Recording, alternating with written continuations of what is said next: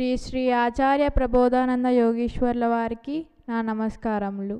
ఈరోజు జ్ఞాన చర్చ్లో భాగంగా ముస్లిం సోదరులకు ఇవ్వబడిన ఆయత్ సూరా 6 ఆయత్ 162 మరియు 4వ సూరా ఆయత్ 103 మరియు క్రైస్తవ సోదరులకు ఇవ్వబడిన వాక్యములు మత్తయి సువార్త చాప్టర్ 15 వర్సెస్ 9 మరియు యోహాన్ సువార్త చాప్టర్ 4 వర్సెస్ 23-24. స్వామివారికి నమస్కారములు. Myself, Sheikh Chavish, studying in 8th class in Sri Vidyalayam. I am part of Huda Islamic Spiritual Society. Now, today's topic is worship, or in Telugu, Aradhana. Now if I say place means a piece of land. In Telugu also, Stalam also means piece of land. So just like that, worship and Aradhana are also have same meanings. Now if we split Aradhana, it means Ara plus Dana. Ara means to know. Just like that, worship also means to know. So there is something we need to know, but what is that? According to Surah 51 ayat 56, and I, Allah, created not the jinns and the humans except they should worship me alone. Here it says to worship Allah. So we know that we have to worship Allah. We have to worship Allah. But where is Allah so we can worship? According to Surah 2 ayat 186, Allah is within us. So we have to worship within our body. But what can we say? What are we getting from doing this Aradhana?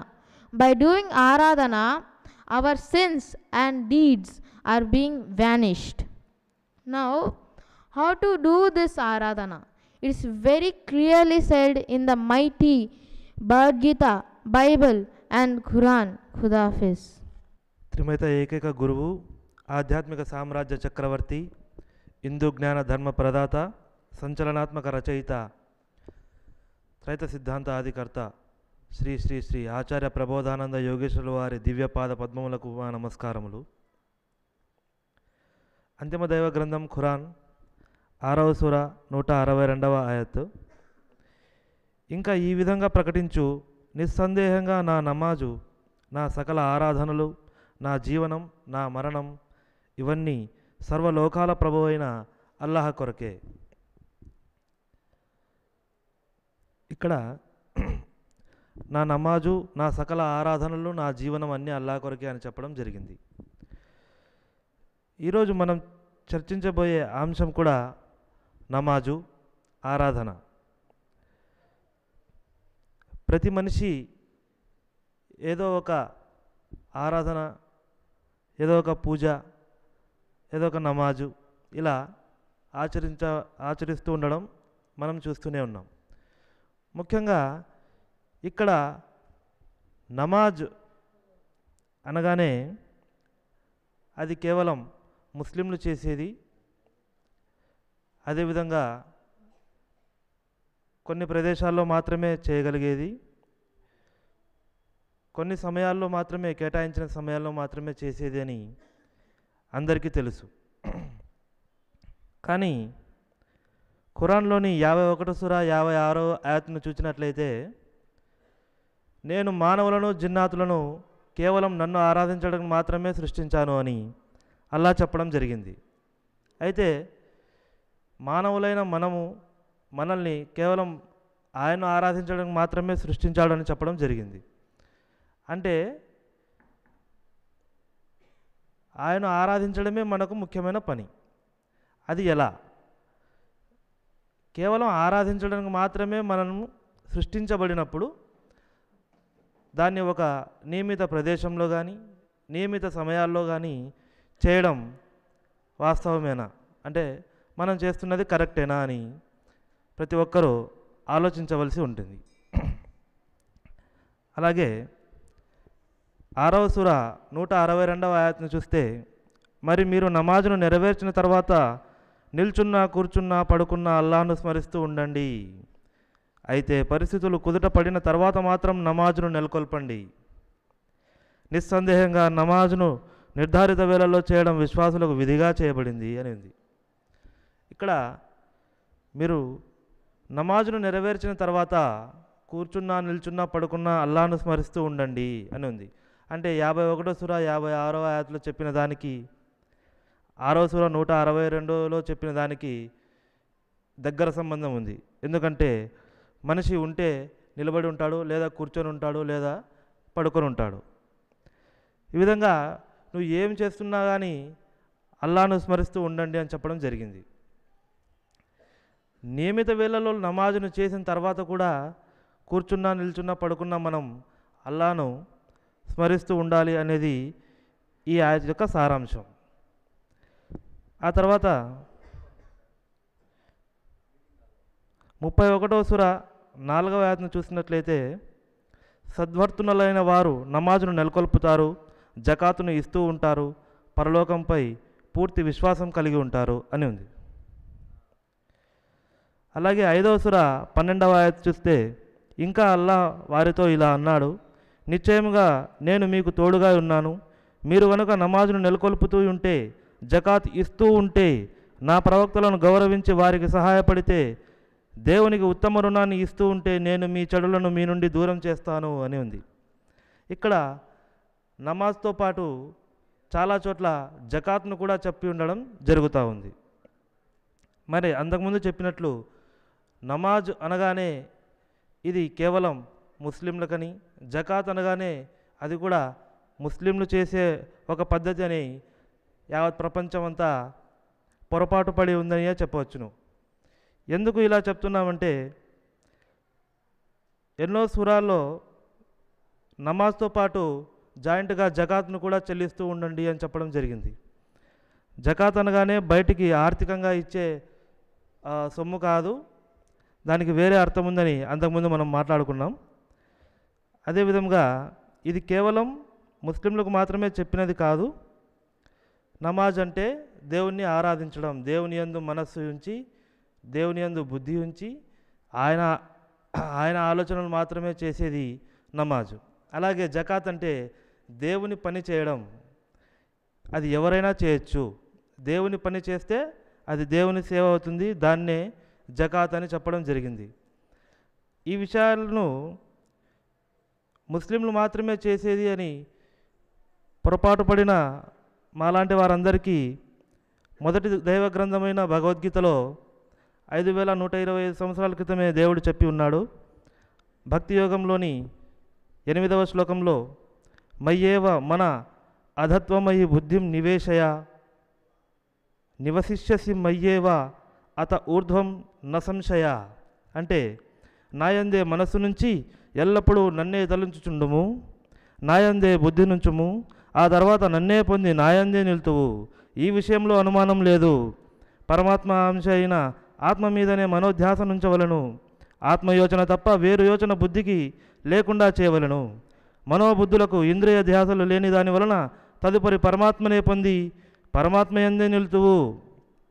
అంటే 51వ సూర 56వ ఆయతలో చెప్పినట్లు మేము మిమ్మల్ని కేవలం నన్ను ఆరాధించడానికి మాత్రమే సృష్టించాను అన్నదానికి, అంతిమ దేవగ్రంథంలో చెప్పిన మాటకు, మొదటి దేవగ్రంథమైన భగవద్గీతలో చెప్పిన మాటకు రెండు ఒక్కటే అని ఈ శ్లోకం నిరూపిస్తూ ఉంది. ఎందుకంటే నమాజ్ను నెలకొల్పిన తర్వాత కూర్చున్నా పడుకున్నా నిల్చున్నా నాయందే ధ్యాస ఉంచమని చెప్పినట్లు నాయందే మనసు నుంచి ఎల్లప్పుడూ నన్నే ఉంచమని భగవద్గీతలో ఏనాడో చెప్పడం జరిగింది. కాబట్టి అదేవిధంగా జకాత్ అంటే సేవ, దేవుని మార్గంలో ఖర్చు పెట్టడం, బయటి సొమ్ము కాదు, అది దేవుని జ్ఞానాన్ని ఇతరులకు పంచడమే జకాతు.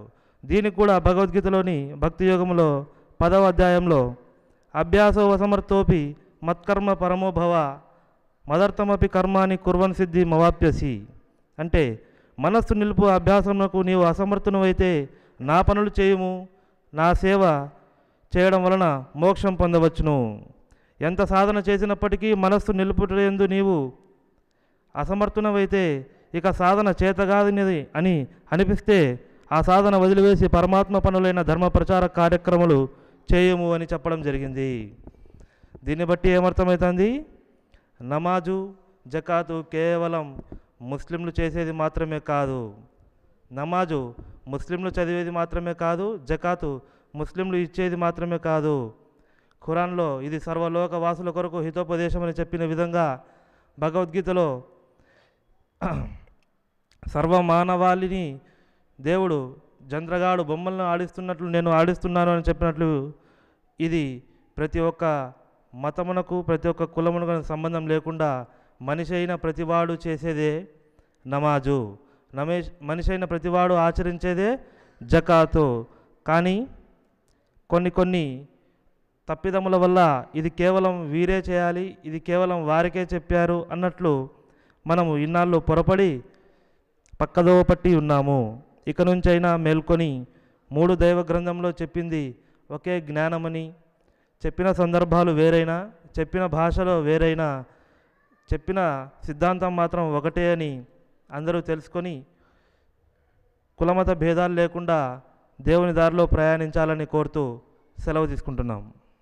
ఓం గురు బ్రహ్మ గురు విష్ణు గురుదేవో మహేశ్వర గురు సాక్షాత్ పరబ్రహ్మ తస్మై శ్రీ గురువే నమః. ఈరోజు ఎంతో పవిత్రమైన రోజు, పౌర్ణమి. పౌర్ణమి అన్ని రోజుల కంటే చాలా పవిత్రమైన రోజు. చంద్రుడు పరిపూర్ణం చెందినట్లే పవిత్రమైన జ్ఞానాన్ని తెలుసుకొని జీవుడు కూడా పరిపూర్ణం చెందడం కోసం ఏర్పాటు చేయబడినదే ఈ పౌర్ణమి. ఈ ప్రబోధాశ్రమంలో ఈ పౌర్ణమి యొక్క ప్రత్యేకత, ప్రతి జీవుడు పౌర్ణమి చంద్రుడు సంపూర్ణమైనట్లే ఫస్ట్ అమావాస్య చీకటి నుండి చంద్రుడు కొద్దిగా వెలుగులోకి వచ్చినట్లు ఈ త్రైత సిద్ధాంత జ్ఞానాన్ని తెలుసుకొని కొద్దిగా అంచెల వారీగా మనం కూడా సంపూర్ణం కావడం కోసమే ఈ పౌర్ణాన్ని ఏర్పాటు చేయడం జరిగింది గురువుగారు. ఈ పౌర్ణం నుంచి మనం ఈ పౌర్ణానికి మనం ఎంత పరిపక్వతలోకి వచ్చినామనేది తనకు తను చూసుకోవాలి. అలాగే ఒక పండుగ నుంచి ఇంకొక పండుగకు ఎలా ఆ పండుగ యొక్క ఉద్దేశాన్ని మనం ఎలా ఆచరిస్తున్నామో తీసుకోవాలి. ఇలా మనం తెలుసుకుంటూ పోతే పరిపూర్ణంగా మారడం మాత్రం ఖాయం. ఎందుకంటే ఇది దేవుడు స్థాపించినటువంటి స్థాపన, దేవుడు బోధించినటువంటి బోధ కాబట్టి ఖచ్చితంగా పరిపూర్ణులవుతారు, పరిశుద్ధులవుతారు. ఈ పౌర్ణం గురించి మనం ఇంతవరకు ఎన్నో పౌర్ణములు పోయినాయి జీవితంలో. ఇప్పుడు 56 సంవత్సరాలు వచ్చాయి నాకే. నా జీవితంలో ఎన్నో పౌర్ణాలు పోయినాయి, ఎన్నో అమాసలు పోయినాయి. కానీ ఏమి అమాస ఏది పౌర్ణమి కూడా ఎప్పటికీ తెలియదు. త్రైత సిద్ధాంత జ్ఞానాన్ని అనుసరించిన తర్వాత పౌర్ణమి యొక్క విశిష్టత, అమావాస్య యొక్క విశిష్టత మనకు తెలుసుకున్నాం. ఎప్పటి నుంచి అయితే తెలుసుకున్నామో అప్పటి నుంచే మనం పుట్టినట్లు లెక్క. అంతకుముందు పుట్టిన కాలం అంతా అది గడిచిపోయింది. ఇది ఇంకా అది మృతువుతో సమానం. ఇక బతికి ఉండేదే జీవితం కాబట్టి ఈ కొద్ది జీవితంలోనే మనకి ఎలా అర్థమవుతాయి అధర్మాలు, ఆచరణలు, ధర్మాచరణలు అనేది. మనకు చిన్నప్పటి నుంచి మనకు ధర్మాలు తెలియకపోయినా కనీసం పెళ్ళి అనే ఒక తంతు వస్తుంది కదా. ఈ పెళ్ళి అనే తంతులో అంటే ఈ నమాజ్కు ఈ పెళ్లి తంతుకు చాలా దగ్గర సంబంధం ఉంది. పెళ్ళిలో భగవద్గీతలో చెప్పినట్లు 4 అధర్మాలు మనం తెలుసుకోవాలి. ఫస్ట్ ధర్మాల కంటే ముందు అధర్మాలను తెలుసుకోవాలని అంటారు స్వామివారు. అందరూ ధర్మాల గురించి బోధిస్తారు కానీ అధర్మాలు ఏవో తెలిస్తేనే కదా ఫస్ట్ దానిని మనం ఎలా వదులుకోవాలని తెలుసుకుంటామనేది స్వామివారి బోధ. కాబట్టి ఈ పెళ్లి తంతు వచ్చినప్పుడు మనం తలంబరాలు ఎందుకు, ఆడవాళ్ళకి పెళ్లి కూతురు మెట్టెలు ఎందుకు, తర్వాత తోడి పెళ్లి కొడుకు ఎందుకు అనేది మనకు తెలీదు. కానీ ఈ 4 అధర్మాలు అనేవి మనకి అన్ని మతాలలోనూ ఉన్నా కొన్ని మతాలలో కొన్ని లేకపోవచ్చు. అంటే ఈ తపస్సు దానాలు అనేవి ఉన్నాయి కొన్ని మతాలలో. ఈ 4 లేకపోయినా కొన్ని ఉన్నాయి, అంటే అధర్మాలు అయితే కొన్ని ఉన్నాయి. అలాగనే ఈ ఇస్లాం మతంలోకి వచ్చినప్పుడు అయితే ఏమవుతుందంటే ఈ తలంబ్రాలు ఉన్నాయి, తర్వాత తోడి పెళ్లి కొడుకున్నాడు, తర్వాత పెళ్లి కొడుకు దగ్గర కత్తి ఉంది, తర్వాత పెళ్లి కొడుకు మెట్టెలు పెట్టబడుతుంది, తల మీద తలంబ్రాలు వేయబడుతుంది. అది సాంప్రదాయం, అది ధర్మంతో కూడుకున్నటువంటి సాంప్రదాయం. ఎన్నో పెళ్ళిళ్ళు చూసాం, కానీ చేసే వాళ్ళకి కానీ చెప్పే వాళ్ళకి కానీ దాని గురించి జ్ఞానం శూన్యం. పెళ్లి చేసామా, ఘనంగా అందరూ భోజనం చేసినారా, ఎవరికి ఏం తక్కువ కాకుండా జరిపినాం, బాగా ఖర్చు పెట్టినాం, ఎవరికి ఏం లోటు లేకుండా చేసినామని సంతోషపడుతుంది తప్ప ఈ ధర్మంతో కూడుకున్న ఈ పెళ్లి సాంప్రదాయం అనేది స్వామివారు చెప్పిన తర్వాతనే అర్థమైంది పెళ్ళి యొక్క విశిష్టత. అలాగే ఆరాధన విషయం కూడా ఎవరు చెప్పాలి? గురువుగారే చెప్పాలి ఆరాధన విషయం కూడా. అలాగనే ఈ ఆరాధన అంటే ఆరా తీసి తెలుసుకుంటున్న ధనం, అడ్రస్ తెలుసుకొని పోతున్న గమ్యం. ఇది ఆరాధన యొక్క వివరణ. ఈ ఆరాధన అనేది ఒక మతానికి సంబంధించినది కాదు, కేవలం జీవునికి దేవునికి సంబంధించినటువంటి విషయం. ఎంతో పవిత్రమైన విషయం ఇది. ఖురాన్ గ్రంథంలో అల్లాహు ఏం చెప్తున్నాడో చూద్దాం.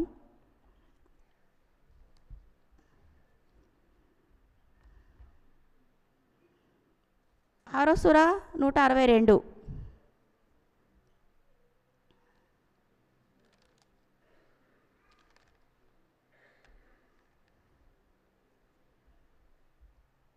ఆరో సూరా 162. ఇక ఈ విధంగా ప్రకటించు, నిస్సందేహంగా నా నమాజ్, నా సకల ఆరాధనలు, నా జీవనం, నా మరణం దీని గురించే నాకు ఆజ్ఞాపించింది. ఫస్ట్ నుంచి చదువుతాం. ఆరో సూరా 162. ఇక ఈ విధంగా ప్రకటించు, నిస్సందేహంగా నా నమాజ్, నా సకల ఆరాధనలు, నా జీవనం, నా మరణం ఇవన్నీ సర్వలోకాల ప్రభువైన అల్లాహు కొరకే. అంటే మనకు ఇప్పుడేమనిపిస్తుంది, అల్లాహు కొరకే అన్నప్పుడు అంతటా వ్యాపించిన అల్లాహు కొరకే అని మనం అనుకుంటాం. అంటే ఇది సూక్ష్మ జ్ఞానం అన్నమాట. మనం ఇలా చదువుకున్నప్పుడు ఒకడే అల్లాహ్ ఉన్నాడనే విషయం తెలుస్తుంది మనకి. కానీ ఇంకొక అల్లాహ్ ఉన్నాడనే సంగతి, ఆరాధనలన్నీ ఆయనకే చెందాలనే సంగతి ఎలా తెలుస్తుంది? అది కూడా పురాణ గ్రంథంలో ఉంది, కానీ స్వామివారు చెప్పే వరకు మనకి అది తెలీదు. 4వ సూరా 103 చూద్దాం. లేదు, 6వ సూరా 102. ఇదే 6వ సూరాలోనే, ఇప్పుడు 162 చదివినాం, ఇప్పుడు 6వ సూరాలోనే 102 చూద్దాం. ఆయనే అల్లాహు మీ ప్రభువు, ఆయన తప్ప మరొక ఆరాధ్యుడు ఎవరు లేరు. ఆరాధ్యులు ఆయన తప్ప మరెవరు ఆరాధ్యులు కారు. సమస్త వస్తువులను సృష్టించినవాడు ఆయనే, కాబట్టి మీరు ఆయన్నే ఆరాధించండి. అన్ని విషయాల కార్యసాధకుడు ఆయనే. ఇక్కడ ఇంకొక అల్లా గురించి చెప్పబడింది, అన్ని విషయాల కార్యసాధకుడు. అంటే మనం ఏదైతే చేస్తున్నామో కార్యాలు, అవి నేను అని అనుకుంటున్నాం. మన శరీరం ద్వారా జరిగే ప్రతి పనికి నేనే కారణం అనుకుంటున్నటువంటి విషయాలు కూడా, అవన్నీ చేసేది లోపలుండే శక్తినిచ్చి ఆడిచ్చేది ఆత్మ. ఈ ఆత్మ గురించి ఎవ్వరికీ తెలియదు. కాబట్టి అల్లాహే చెప్తున్నాడు, ఆయనే మీ అల్లా అని ఇంకొక అల్లా గురించి మనకు తెలియజేస్తున్నాడు. అప్పుడు ఆ అల్లానే మనం నమాజ్ చేయాలి, ఆరా తీయాలి, ఆరాధించాలి. ఎవరిని? దేవుడైన అల్లా, అంతటా వ్యాపించిన అల్లా ఎవరినైతే సూచించినాడో, ఎవరినైతే తన ప్రతినిధిగా పెట్టాడో ఆయన్ను ఆరాధించేదే నిజమైన ఆరాధన అవుతుంది. ఇక్కడ ఏ ముస్లింకు సంబంధం లేదు, ఏ హిందువులకు సంబంధం లేదు, ఏ క్రిస్టియన్కు సంబంధం లేదు. కేవలం అల్లా మీద విశ్వాసులు ఎవరైతే ఉన్నారో వాళ్ళకి మాత్రమే సంబంధం ఉంది ఈ సూర.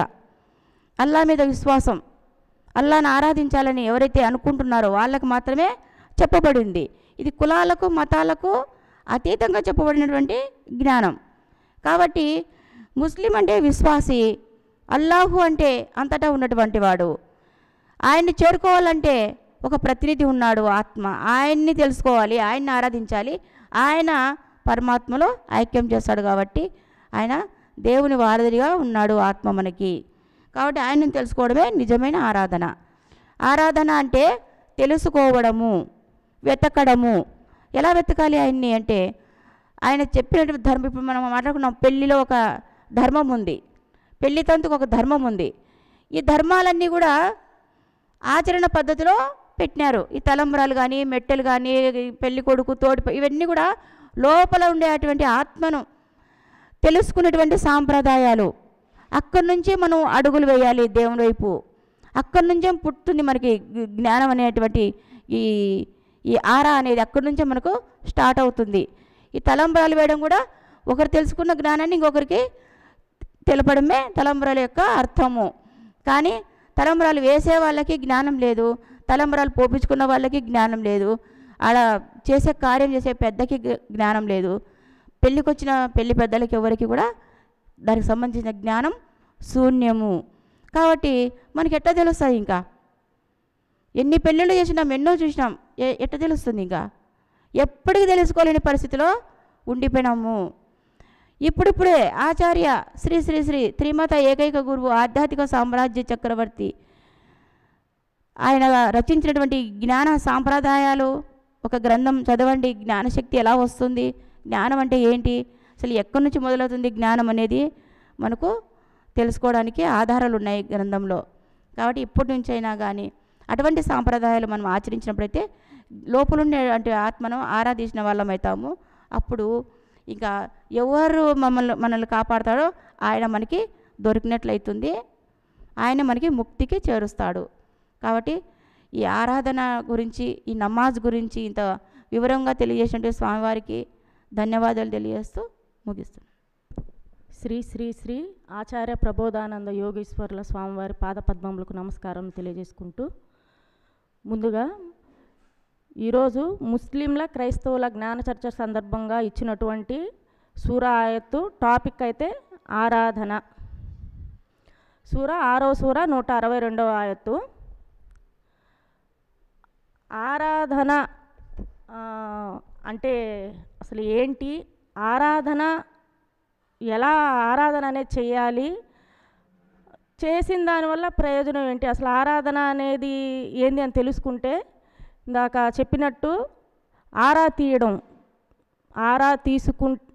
తీయడం వల్ల కలిగే ధనం ఆరాధన చేస్తే అనేది ఆరాధన అనే పదంలో ఉంది. ఆరా అనేది ఎవరిని తీయాలి అంటే అల్లాని ఆరాధించాలి అంటున్నారు. అసలు ఏ అల్లా? ఆరాధన అనేది శరీరం బయట ఉండే అల్లానా, శరీరం లోపల ఉండే అల్లానా, ఏ విధంగా ఆరాధన అనేది చేయాలి అనేది చూస్తే నమాజ్ అన్న పదాన్ని ఆరాధన అని అనవచ్చు. దేవుని మీద మనస్సును ఉంచడమే ఆరాధన అంటున్నారు. దేవుని మీద నా మనస్సును ఉంచడం ఆరాధన అంటున్నారు. మనం చూస్తే బయట ధ్యానంలో కూర్చునే వాళ్ళు కూడా మేము ఆరాధిస్తున్నాము అంటున్నారు. అంటే ధ్యానానికి ఆరాధన అంటే యోగం అని కూడా అనొచ్చు. ధ్యానానికి యోగానికి చాలా డిఫరెన్స్ ఉందన్నమాట. ఆరాధన అనేది కేవలం శరీరానికి అధిపతి అయిన అల్లా గురించి చేసేదాన్ని ఆరాధన అంటాము. ధ్యానంకి సంబంధం లేదు ఇది. బయట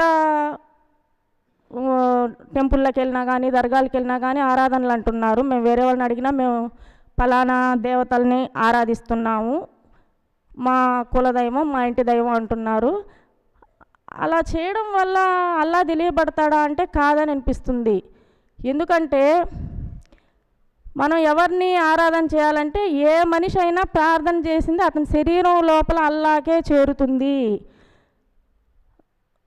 శరీరం లోపల అలాగే చేరుతుంది అన్నప్పుడు బయట ఇట్లాంటి ఆరాధనలు అని చెప్పుకోవడం కూడా సమంజసం కాదు. అల్లా గురించి మాత్రమే ఆరాధించాలి, అది కూడా శరీరం లోపల ఉన్న అల్లాని ఆరాధించాలి.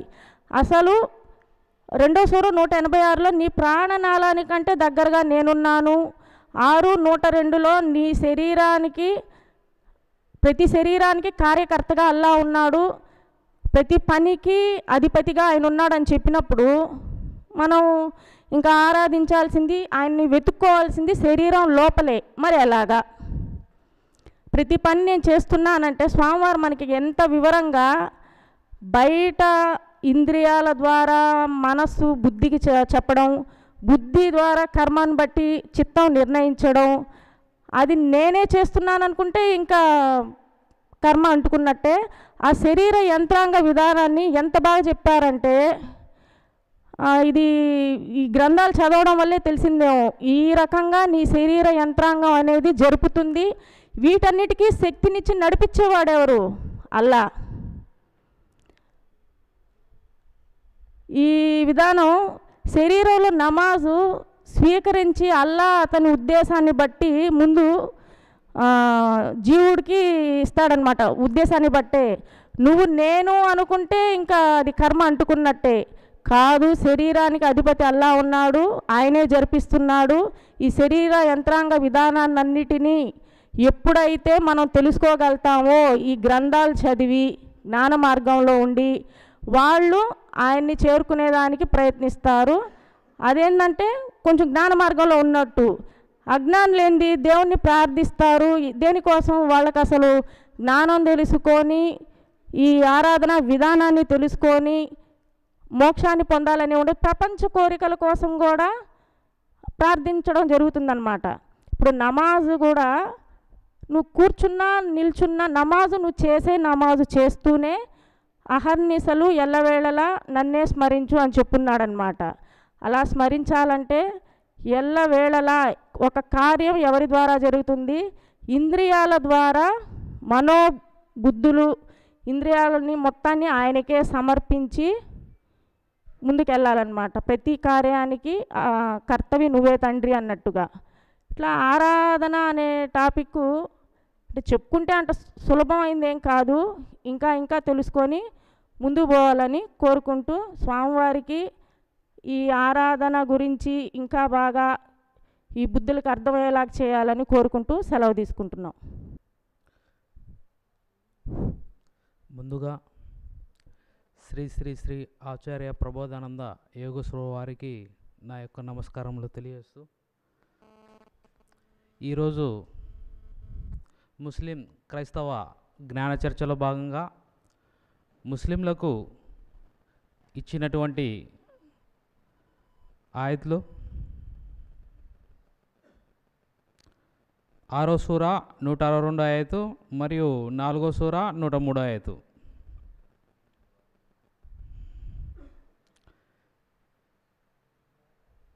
ఇక 6వ సూర 162 ఆయతు ఇక ఈ విధంగా ప్రకటించు: నిస్సందేహంగా నమాజ్ నా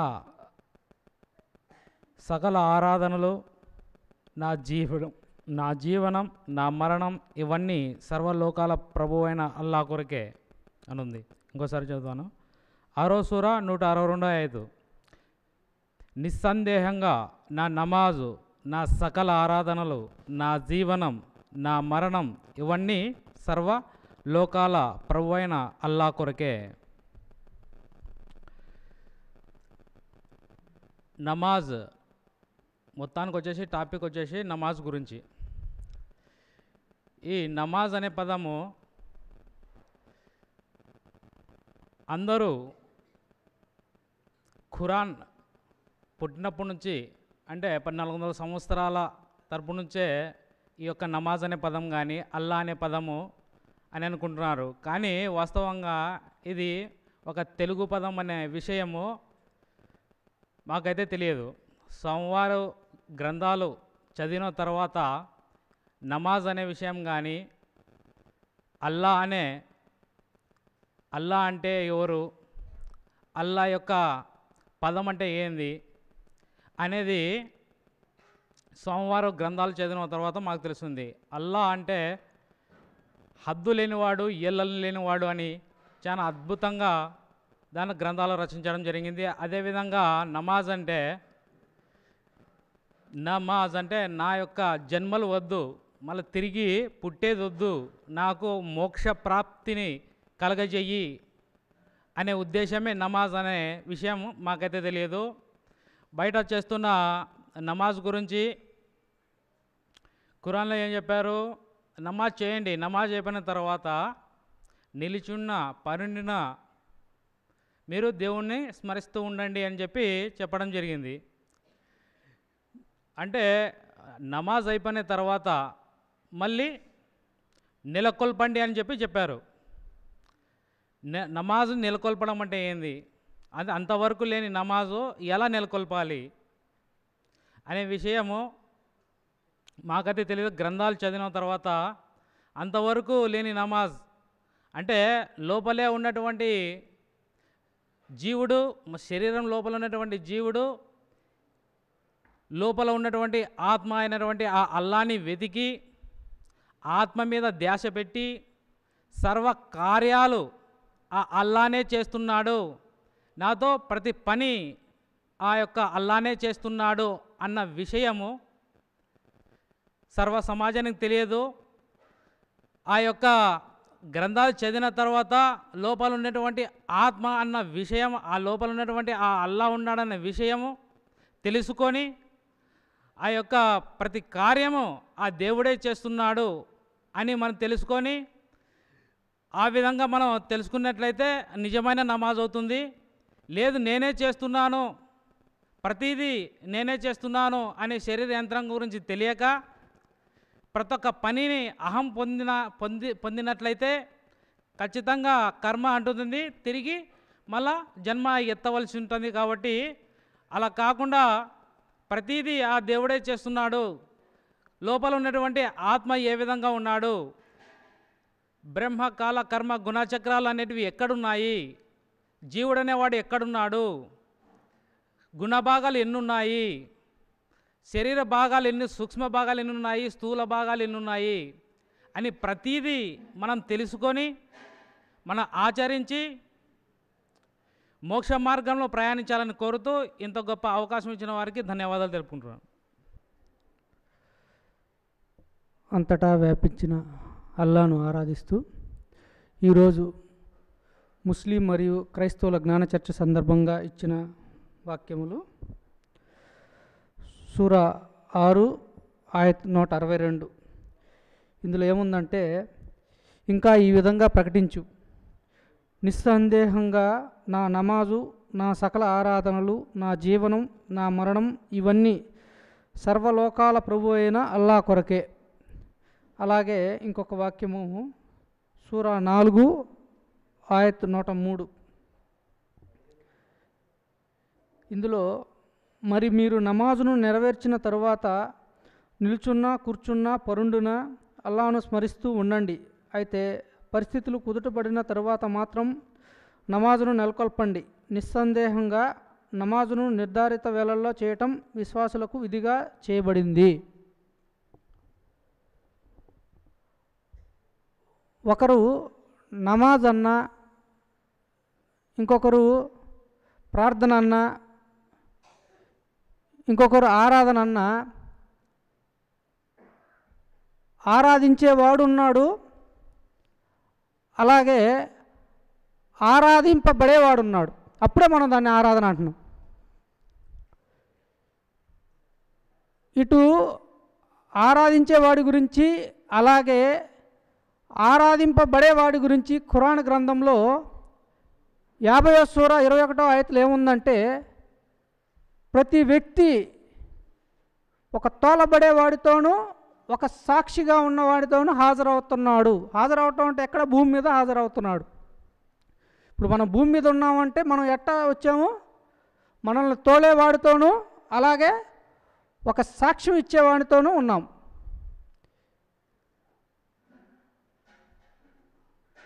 అలాగే ఇదే ఖురాన్ గ్రంథంలో 51వ సూర 56వ ఆయతులు ఏముందంటే,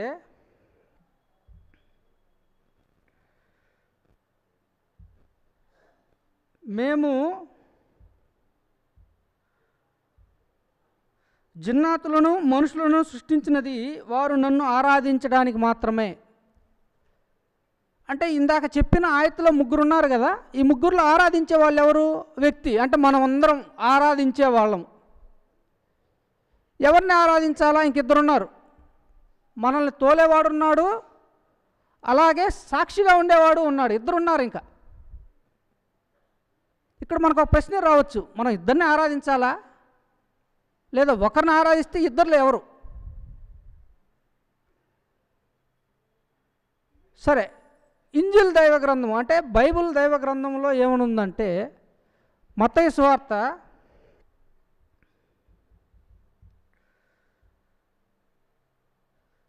28వ అధ్యాయం 19వ వచనంలో ఏముందంటే, కుమారుడు, తండ్రి, కుమారుడు, పరిశుద్ధాత్మ అని అక్కడ కూడా ముగ్గురు గురించే చెప్పడం జరిగింది. అక్కడ ఆరాధించేవాడు ఎవరు? కుమారుడు.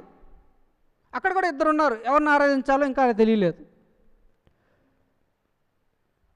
అలాగే ప్రథమ దైవ గ్రంథమైన భగవద్గీతలో పురుషోత్తమ ప్రాప్తి యోగం 16-17 వచనాల్లో ఏముంది? అక్కడ క్షరుడు, అక్షరుడు, పురుషోత్తముడు అనే ముగ్గురు గురించే చెప్పడం జరిగింది. క్షరుడు అక్కడ ఆరాధించేవాడు ఎవరు? క్షరుడు. అక్కడ ఇంకా ఇద్దరున్నారు.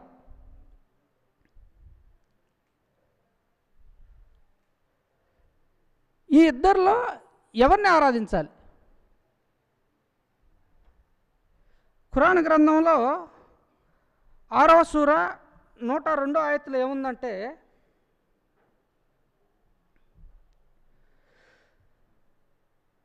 మీ ప్రభువు ఆయన తప్ప మరొక ఆరాధ్యుడు లేడు. అంటే ఆయన తప్ప ఇంకోటి లేడు. అంటే అక్కడ ఆరాధించాల్సింది ఒక్కడే అని స్పష్టంగా చెప్తున్నారు.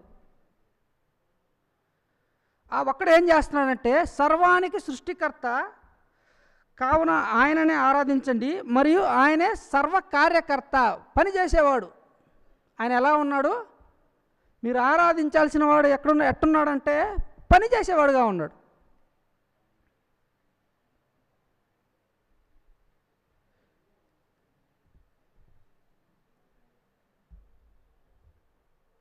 ఇదే విషయాన్ని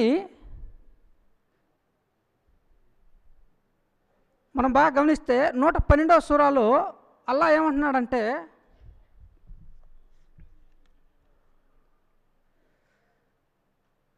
అల్లా ఎవరి అక్కరా లేనివాడు అని అక్కడ చెప్పబడింది 112లో. అంటే ఆయనకి మీ ఆరాధన అవసరం లేదు అని చెప్పడం జరిగింది. మరి ఆ ఇద్దరు ఎవరు అనేది ఇప్పుడు కూడా స్పష్టంగా రాలేదు. సరే, ఆరాధించాల్సిన వాడు ఎక్కడున్నాడని చూసుకుంటే, ముందు ఆరాధించే వాళ్ళం మనం ఎక్కడున్నామని ప్రశ్నించుకుందాం. ముందు మనం ఈ శరీరంలో ఉన్నాం. ఒక మనిషి అంటే ఈ శరీరం మొత్తం మనం ఉన్నామా అని మనల్ని మనం ప్రశ్నించుకుంటే, ఒక మనిషికి 2 కాళ్ళు లేని మనిషి ఉన్నాడు, 2 చేతులు లేని మనిషి ఉన్నాడు, హార్ట్ మార్చుకున్న వాళ్ళు ఉన్నారు, లివర్ మార్చుకున్న వాళ్ళు ఉన్నారు. అంటే ఇక్కడెక్కడ మనం లేము. మనం ఈ విధంగా ప్రశ్నించుకుంటే మనం ఎక్కడో ఉన్నాం. అలాగే సర్వకార్యకర్త అంటే ఈ శరీరంలో జరిగే ప్రతి పనికి సర్వకార్యకర్త నేనే అని ఒక ఆయన అంటే తోలేవాడు చెప్పినాడు. కాబట్టి ఆయన ఎక్కడున్నాడంటే 2వ సూర 186లో ఏముందంటే, నా దాసులు నన్ను గురించి అడిగితే నేను వాళ్ళకి అతి సమీపంలో ఉన్నాను. ఎక్కడంటే కంఠనాళాల కంటే దగ్గరలో, అంటే ఈ శరీరంలోనే ఉన్నాను అంటున్నాడు.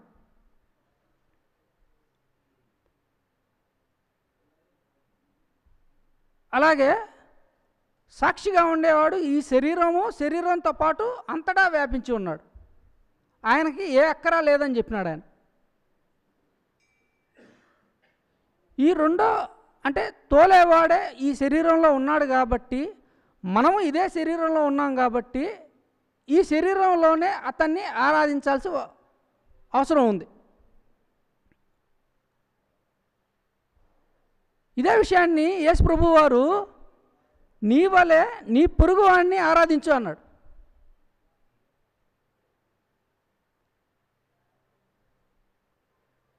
ఇప్పుడు మనం ఆరాధించాల్సిన విషయం తెలిసింది, మనం ఎవరిని ఆరాధించాల్సిన విషయం తెలిసింది, ఆయన ఈ శరీరంలో ఉన్న విషయం తెలిసింది. కానీ ఎలా ఆరాధించాలి? ఇప్పుడు 4వ సూర 103లో నమాజ్ చేస్తున్నారని చెప్పబడి ఉంది. నమాజ్ తర్వాత మీరు నిలుచున్నా కూర్చున్నా పడుండున్నా మీరు నన్నే స్మరిస్తూ ఉండండి. స్మరించడం అంటే ఏంది? ఆయన్ని ఆరాధించడమే, ఆయన గురించి తెలుసుకోవటమే. మనం బాగా గమనిస్తే ఒక మనిషి నమాజ్ చేసిన, అంటే ఇప్పుడు జరిగే కార్యక్రమంలో ప్రార్థన చేసిన, ఆరాధన చేసిన, అతను నిలబడో కూర్చొనో పడుకునో ఉన్నాడు. ఆ సమయంలో ఏం చేయమన్నాడు? అల్లా నా గురించి తెలుసుకో అన్నాడు. అంటే మనం ఇప్పుడు చేసే నమాజులో కూడా మనం నిలబడో కూర్చునే ఉన్నాం. అప్పుడు ఏం చేయాలి? మనం అల్లా గురించి తెలుసుకోవాలి. దానికోసమే ఇప్పుడు మనం నమాజ్ చేసే దాంట్లో మన పెద్దలు ఏం చేశారంటే ఖురాన్ గ్రంథంలోని ఆయతుల్ని మనం పఠిస్తున్నాం. ఆయత్ అంటే ఏమి? దేవుని వాక్యము, దేవుని ధర్మము. దేవుని వాక్యము, దేవుని ధర్మం వల్ల ఏం తెలియబడుతుంది మనకి? దేవుడు తెలియబడతాడు. కానీ మనల్ని మనం ప్రశ్నించుకున్నప్పుడు కొంతమందికి దేవుడు తెలియబడ్డాడు అనొచ్చు, కొంతమందికి దేవుడు తెలియబడలేదు అని కూడా అనొచ్చు. ఎప్పుడు? నమాజ్ చేసేటప్పుడు, ఆరాధన చేసేటప్పుడు, ప్రార్థన చేసేటప్పుడు, ఏదైనా కానీ. ఎందుకు ఈ డిఫరెన్స్? మనం నమాజులో ఆయత్తుని పఠిస్తున్నాం కానీ దాని యొక్క నిజ అర్థాన్ని మనం గ్రహించలేదు. ఆ అర్థాన్ని మీరు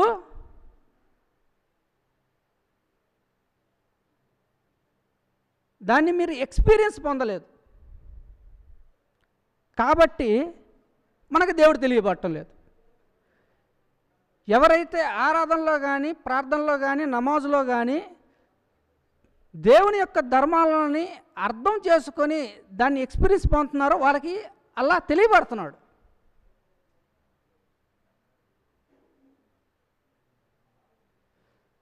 మనం ఆరాధన చేసేటప్పుడు ఇందాక సోదరుడు చెప్పినట్టు బహుశా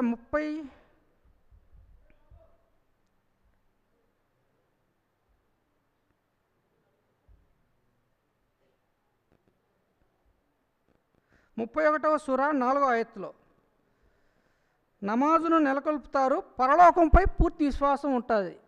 అంటే నమాజ్ చేసే వాళ్ళు ఎందుకు చేస్తున్నారు? పరలోకం కోసం చెయ్యాల. ఎవరున్నారు పరలోకంలో? అల్లా ఉన్నాడు. మనం నమాజ్ చేసేటప్పుడు అల్లా మీద ధ్యాస లేకుండా ప్రపంచ సంబంధమైన మన ఆరోగ్యం సంబంధించో, ధనం సంబంధించో, ఇంకో దాని మీద ధ్యాస ఉన్నప్పుడు ఏమవుతుంది? అల్లా తెలియబట్టలేదు, మనకి ప్రపంచమే తెలియబడుతుంది. మీరు నమాజ్ చేసేటప్పుడు మీ ధ్యాస అల్లా మీద ఉంటే అల్లా తెలియబడతాడు. మీ ధ్యాస ప్రపంచం వైపు ఉంటే ప్రపంచమే తెలియబడుతుంది. మీరు ఏది కోరుకుంటున్నాడో అల్లా అదే ఇస్తున్నాడు మీకు.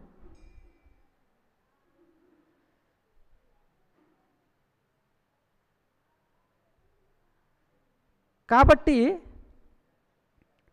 అలాగే ఇందాక మనం ఇంకొక చిన్న విషయం, అందరం ఆరాధన, ప్రార్థన, నమాజ్ అంటున్నాము. కానీ 6వ సూర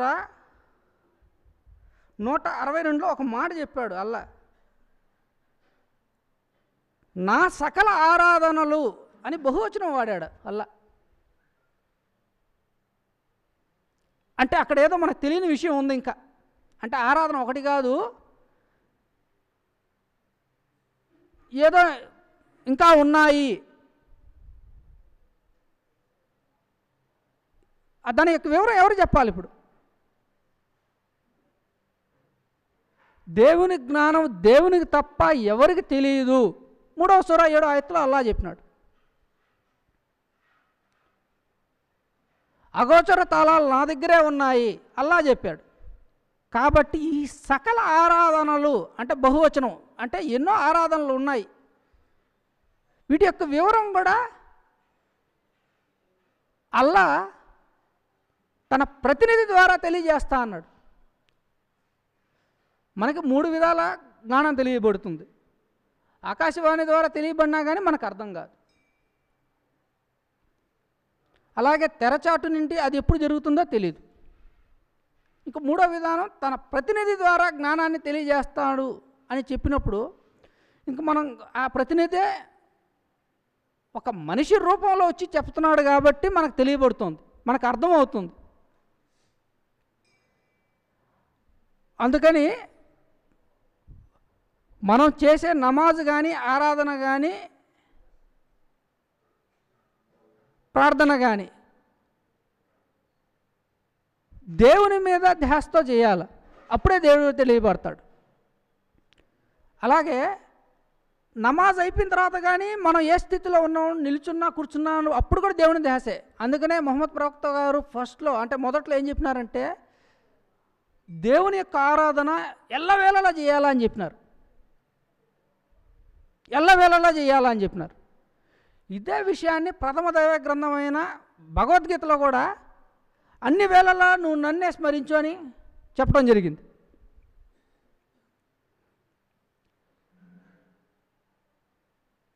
నిర్ధారిత వేళలు ఏది? నిర్ధారిత వేళలు ఇంకా నిద్రపోయినప్పుడు మనం ఏం చేయలేము. మిగతా సమయంలో మనం కూర్చోనో పడుకోనో నిలబడే ఉన్నాం. ఇవన్నీ నిర్ధారిత వేళలు. ఈ వేళలో అన్నిట్లో మీరు ఆరాధన చేయాల్సిందే.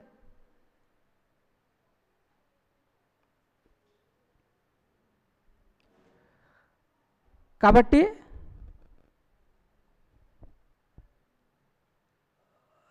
దేవుని మీద అంటే దేవుని జ్ఞానం తెలుసుకొని దాన్ని ఆచరించి అంటే ఆచరించడమే నమాజు. దేవుని జ్ఞానాన్ని అర్థం చేసుకొని దాన్ని ఆచరించడమే నమాజ్ అనేది అర్థం చేసుకొని దేవుని మార్గంలో ముందుకు పోవాలని మనమంతా ముందుకు పోవాలని కోరుకుంటూ ముగిస్తున్నాం. మత్తయి సువార్త 15వ అధ్యాయము 9వ వచనము. మనుష్యులు కల్పించిన పద్ధతులు దైవోపదేశములని బోధించేవారు నన్ను వ్యర్థంగా ఆరాధించున్నారు. మనుష్యులు కల్పించిన పద్ధతులు దైవోపదేశములని బోధించేవారు నన్ను వ్యర్థంగా ఆరాధించున్నారు. వివరము: దేవుని విషయం దేవునికే తెలుసునని మానవులకు తెలియదని మేము చాలా మార్లు చెప్పాం. దేవుని విషయం దేవునికే తెలుసునని మానవులకు తెలియదని మేము చాలా మార్లు చెప్పాం. దేవుని విషయం దేవునికే తెలుపవలసి ఉన్నది. దేవుని ఆరాధన విషయం కూడా దేవుడు చెప్పితేనే మానవునకు తెలియను. మానవుడు స్వయంగా దేవుని ఆరాధన గురించి చెప్పితే అది సరైన మార్గం కాదని తెలియవలెను. మానవుడు స్వయంగా దేవుని ఆరాధన గురించి చెప్పితే అది సరైన మార్గం కాదని తెలియవలెను. తనను ఏ విధంగా ఆరాధించవలసినది దేవుడు ముందే తెలిపి ఉండగా ఆయన చెప్పిన మార్గం కాదని వేరు పద్ధతిని తెలుపువారు కూడా అనేకులున్నారు. ఎందరో స్వాములు, గురువులు దైవోపదేశములని, దైవారాధనలని వారు కల్పించుకున్న పద్ధతులను ప్రజలకు బోధిస్తున్నారు. ఎందరో స్వాములు, గురువులు దైవోపదేశములని, దైవారాధనలని వారు కల్పించుకున్న పద్ధతులను ప్రజలకు బోధిస్తున్నారు. అటువంటి ఉపదేశములు, ఆరాధనలు వ్యర్థములని, అవి తన వద్దకు చేర్చలేవని దేవుడు తెలుపుచున్నాడు. అటువంటి ఉపదేశములు, ఆరాధనలు వ్యర్థములని, అవి తన వద్దకు చేర్చలేవని దేవుడే తెలుపుచున్నాడు. ఎందరో స్వాములు, గురువులు తమ తమ ఉపన్యాసములలో దేవుని గురించి చెప్పుచు దేవునికి వ్యతిరేకమైన దేవుడు చెప్పని ఆరాధనలను ఉపదేశములను చెప్పుచున్నారు. పై మాటల వరకు దేవుడు జ్ఞానం అని చెప్పు గురువులు స్వాములు వారి అంతరంగంలో దేవుని జ్ఞానం తెలియక వ్యర్థమైన ఆరాధనలు వారు చేయుచు ఇతరుల చేత చేయిస్తున్నారు. పై మాటల వరకు దేవుడు జ్ఞానం చెప్పు గురువులు స్వాములు వారి అంతరంగంలో దేవుని జ్ఞానం తెలియక వ్యర్థమైన ఆరాధనలు వారు చేయుచు ఇతరుల చేత చేస్తున్నారు.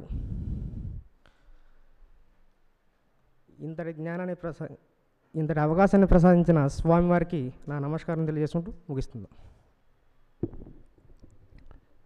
దేవునికి స్తోత్రాలు. ముందుగా యేసు ప్రభు చెప్పిన విధంగా ఆదరణకర్తగా దిగివచ్చిన శ్రీ శ్రీ శ్రీ ఆచార్య ప్రబోధానంద యోగేశ్వరుల వారికి మా సాష్టాంగ నమస్కారం తెలియజేస్తున్నాను. ఈ పౌర్ణమి సందర్భంగా మందిరానికి వచ్చిన మీ అందరికీ మా వందనాలు. లేఖనంలో ఈరోజు మనకిచ్చినట్టుగా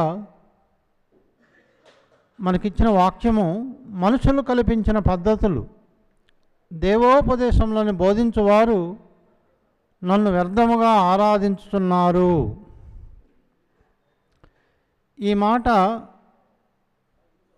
ఎప్పుడో యేసుప్రభు కంటే ముందే 700 సంవత్సరాలకు ముందే యెషయా ప్రవక్త చేత దేవుడు పలికించిన మాటనే యేసుప్రభు మరలా ఎత్తిపట్టి చెబుతున్నాడు.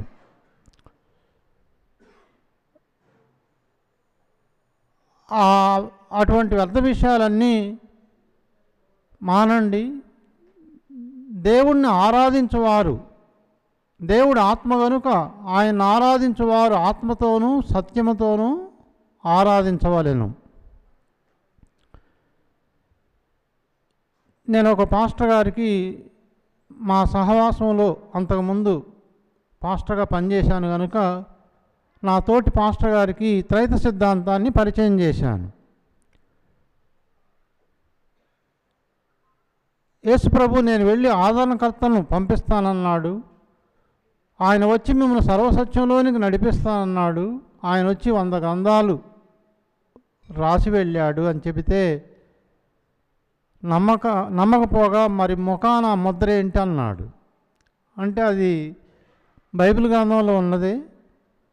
ప్రకటన గ్రంథం 9:4 తమ నొసళ్ళ యందు దేవుని ముద్ర లేని మనుషులకే తప్ప భూమి మీదనున్న గడ్డికైనను ఏ మొక్కలకైనను ఏ వృక్షములకైనను హాని చేయవద్దని వాటికి ఆజ్ఞ ఇవ్వబడెను అని రాసింది కదా. గనుక లేఖనం ప్రకారమే ముద్ర ధరించాము అని అంటే మరి ఆ ముద్ర అలాగే ఉంటుందని ఎవరు చెప్పారు అన్నాడు. అట్లే ఉంటుందని నీకు ఎలా తెలుసు? ఎవరు చెప్పారు? నిజమే, కరెక్ట్, మంచి ప్రశ్నే అది. కరెక్ట్ ప్రశ్నే. తెలియదు కనుకనే 2000 సంవత్సరాల నుంచి మనం ధరించలేదు. ఆ మాట ముద్ర ధరించాలని చెప్పిన మాట 2000 సంవత్సరాల ముందే చెప్పబడ్డది. 2000 సంవత్సరాల నుంచి ఎవరైనా ధరించారండి ఈ ముద్ర? ఎవరు ధరించలే.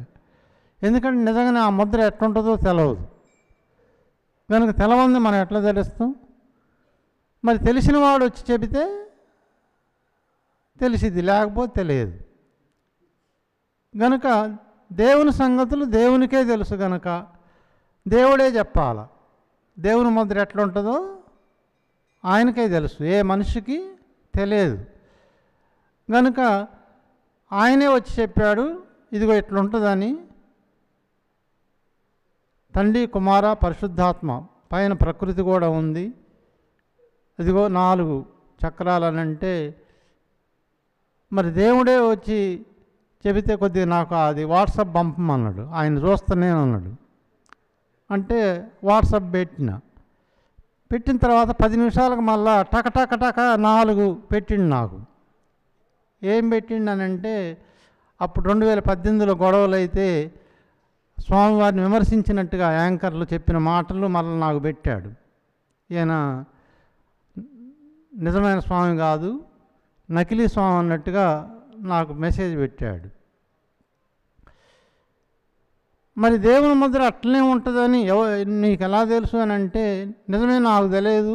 నాకే కాదు, 2000 సంవత్సరాల నుంచి ఏ మనిషికి తెలియక ధరించలేదు. కానీ ఇప్పుడు తెలిసిన వాడు వచ్చి చెప్పాడు కనుక ధరిస్తున్నాము అని అంటే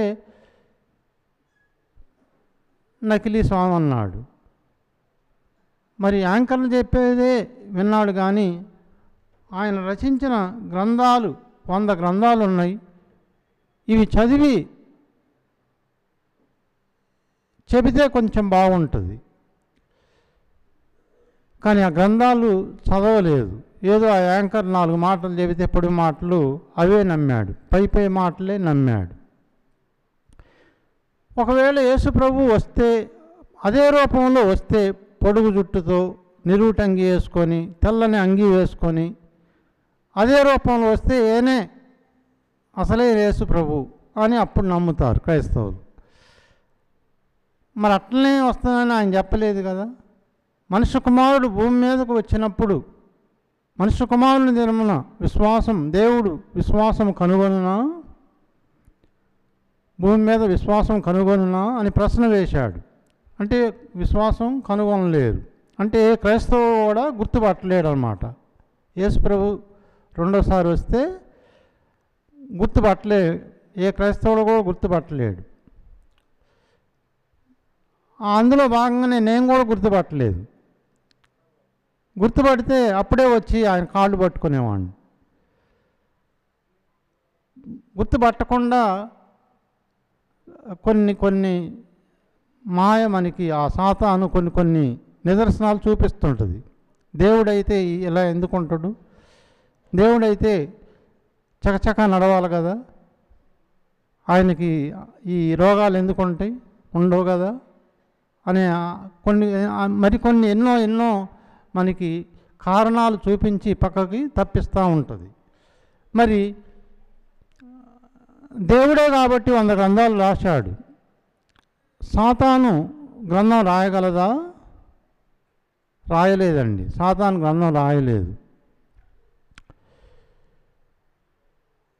కనుక గ్రంథం రాశాడు అని అంటే దేవుడే, దైవ గ్రంథం రాశాడు అని అంటే దేవుడే, రుజువే మనకి. ఇంకా మన ఖమ్మంలో క్రిస్మస్ జరిగితే ఈ రత్నవాక్యాల గ్రంథములు ఒక 24 గ్రంథములు ఇచ్చాము, ఉచితంగానే వచ్చిన ఆహ్వానితులకు ఇచ్చాము. అందులో ఒకరు నాకు ఫోన్ చేసి,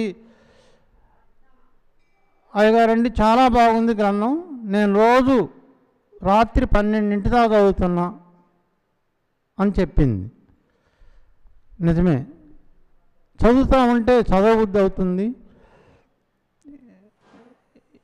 చాలా బాగుంది, చాలా ఆసక్తిగా ఉంది, చాలా జ్ఞానం ఉంది అందులో అని అంటే నిజమే. స్వామివారు ఆ గ్రంథాలని నిద్ర లేకుండా రాశాడు, నిద్రపోకుండా రాశాడు.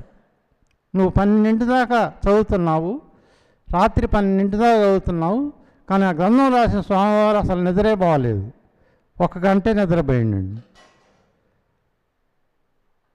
మాకు ఆల్ నైట్ ప్రేయర్, అంతకుముందు ఆల్ నైట్ ప్రేయర్ చేసేది మేము.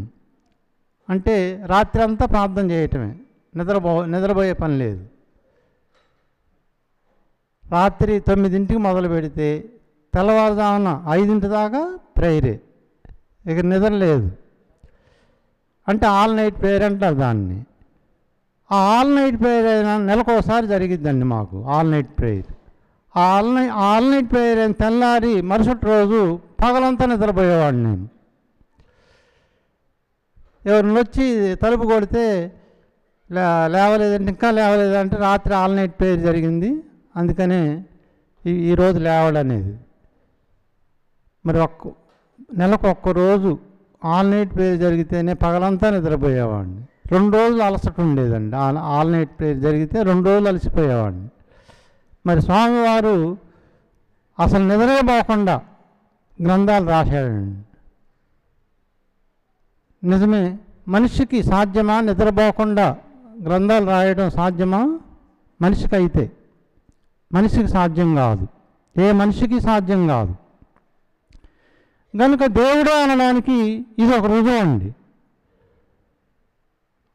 ఆయన ఆత్మ కనుక ఆయనకు నిద్ర రాదు. అందుకే బైబిల్లో ఒక వాక్యం ఉంది, ఇశ్రాయేలు దేవుడు కొనకొడు నిద్రపోడు. ఆయనకు నిద్ర రాదా అండి? ఇశ్రాయేలు దేవుడు కొనకొడు నిద్రపోడు అంటే ఇశ్రాయేల్లో ఉన్న దేవుడు ఆయనకు నిద్ర రాదేమో, ఇండియాలో ఉన్న దేవునికి నిద్ర వచ్చేదేమో అనుకునేది నేను ఫస్ట్లో. ఎందుకంటే బైబిల్లో రాసింది ఇశ్రాయేల్ దేవుడు కొనకొడు నిద్రపోడు. కానీ ఇప్పుడు త్రైత సిద్ధాంతంలోకి వచ్చిన తర్వాత ఇశ్రాయేల్ దేవుడు అంటే ఎవరో కాదు, మనలో ఉన్న ఆత్మతండ్రికే ఇశ్రాయేల్ దేవుడు అని పేరు పెట్టారు బైబిల్లో. మనలో ఉన్న ఆత్మతండ్రి, అందరిలో ఉన్న ఆత్మతండ్రి అంటే ఇశ్రాయేల్ దేవుడు మనందరిలో ఉన్నాడు. ఆయనకు నిద్ర రాదండి. నువ్వు నిద్రపోతున్నా ఆయన మెలకువతో నుండి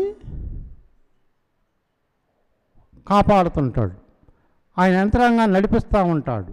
నువ్వు నిద్రపోతున్నా నీ గుండెను కొట్టిస్తూ ఉంటాడు. నువ్వు నిద్రపోతున్నా నీ శ్వాసను పీలుస్తూ ఉంటాడు. ఒక సహోదరుణ్ణి నీ శ్వాసను ఎవరు పీలుస్తున్నారో అడిగా. అంటే నా శ్వాసను నేనే పీలుస్తున్నా అన్నాడు. మరి నీ శ్వాసను నువ్వే పీలుస్తున్నావు, కరెక్టే. మరి ఇప్పుడు మెలకువతో ఉన్నావు కాబట్టి నువ్వు పీలుస్తున్నావు. నువ్వు రాత్రిపూట నిద్రపోయేటప్పుడు నీ శ్వాసను ఎవరు పీలుస్తున్నారు అని అడిగితే వ్యవస్థ అట్లుంది, ఆ వ్యవస్థ అట్లా ఆ శ్వాస ఆడుతుంటుంది అన్నాడు. వ్యవస్థను నడిపేవాడు ఉండాలండి. ఒక యంత్రం ఉందనుకోండి, యంత్రం నడిపేవాడు లేకుండా యంత్రం కదిలిద్దా? కదలదు. అదేవిధంగానే యంత్రం, ఆ విధంగా వ్యవస్థ ఉన్నమాట వాస్తవమే. ఆ వ్యవస్థను నడిపించేవాడు కూడా లోపలే ఉండి ఆత్మతండ్రి మనం నిద్రపోతున్నా ఆయన మెలకువతో నుండి ఆ శ్వాసను పీలుస్తున్నాడండి. 5-6 ఏళ్ల కింద మా ఇంట్లో వాకిట్లో చిక్కుడు తీగ వేసామండి. చిక్కుడు తీగ బాగా పందిరి పెట్టాము, చిక్కగా ఉంది, బాగా పోత కాత మీద ఉంది చిక్కుడు తీగ. అర్ధరాత్రి 2 ఒక ఆవు వచ్చి మేస్తుంది చిక్కుడు తీగ. తెల్లని ఆవు వచ్చి చిక్కుడు తీగ అంతా మేస్తుంది. అప్పుడే వచ్చింది. 1 గంట అయితే శుభ్రంగా మేసిపోయేది. నాకు సడన్గా మెలకువ వచ్చి తలుపు తీసే తెల్లంగా ఆవు వచ్చి మేస్తుంది. అప్పుడు ఆ ఆవుని అల్లిచ్చి గేట్ వేసిన. అదే 1 గంట అయినట్టయితే చిక్కుడు తీగంతా మేసిపోయేది. ఎంతో జాగ్రత్తగా పెంచుకున్నాం చిక్కుడు తీగ.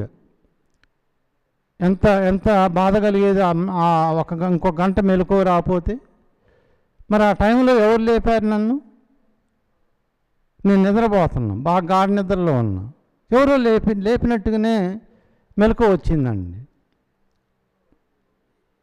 ఆలోచన చేస్తే ఆత్మతండ్రే లేపాడు.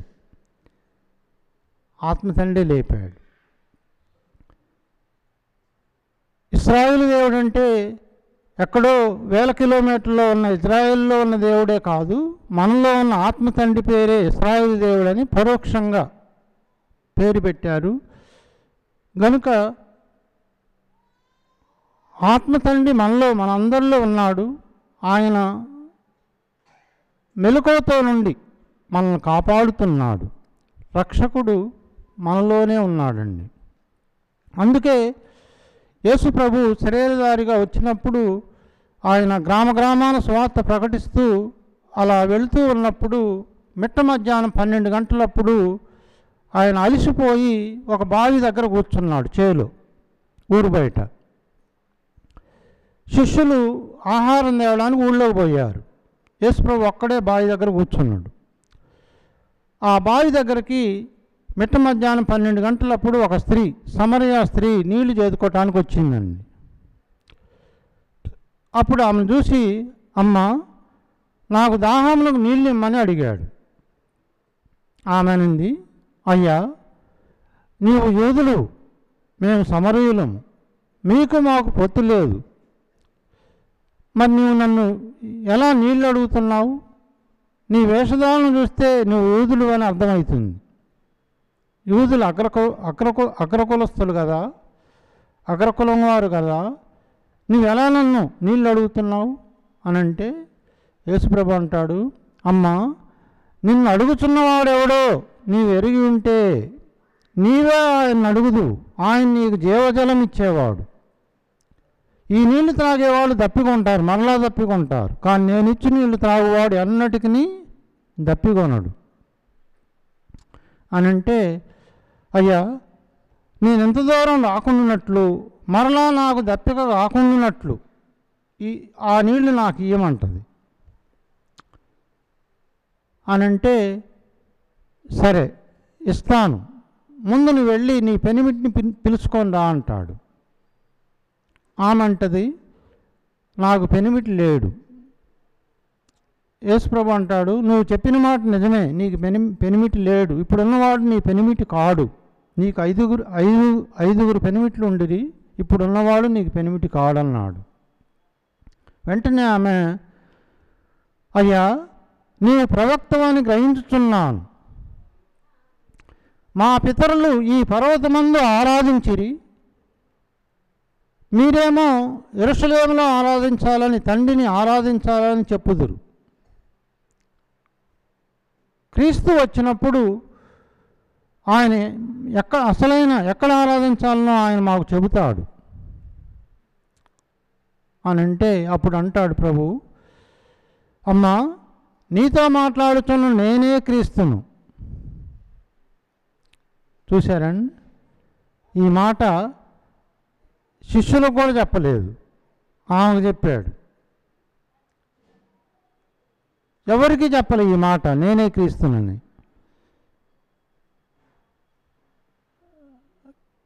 ఎవరికి చెప్పని రహస్యాన్ని ఆ సమరయ స్త్రీకి నేనే క్రీస్తును అని చెబితే, వెంటనే ఆమె ఆ కొండ అక్కడే విడిచిపెట్టి ఊళ్ళో పోయి అందరిని పిలుచుకొచ్చింది. నేను క్రీస్తును చూశాను, ఆయన చరిత్ర అంతా చెప్పాడు, మీరు కూడా వచ్చి మాట్లాడండి ఆయనతోనంటే ఊళ్ళో వాళ్ళంతా కదిలొచ్చారండి. ఆమె చెబితే క్రీస్తు వచ్చాడంట. అంటే క్రీస్తు కొరకు చాలామంది వెయిటింగ్ చేస్తున్నారు, వస్తాడు వస్తాడు వస్తాడని. యూదులేమో నమ్మట్లేదు, సమరయులు ఒక్క మాటతో పరుగున ఊరంతా వచ్చారు.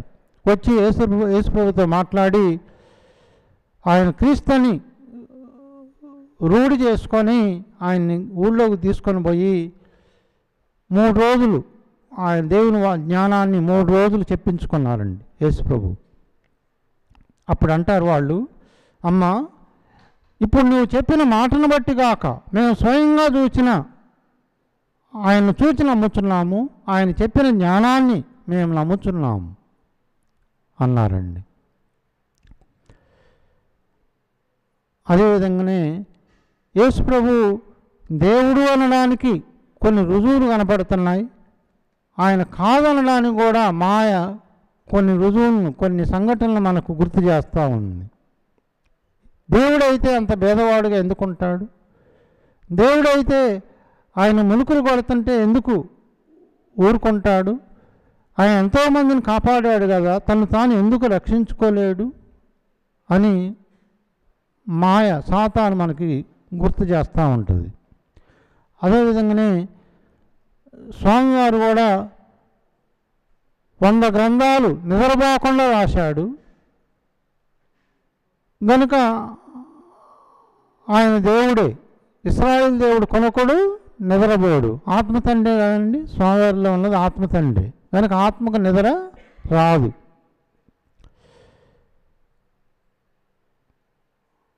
ఇంత గొప్ప జ్ఞానము సాతాను రాయలేదు.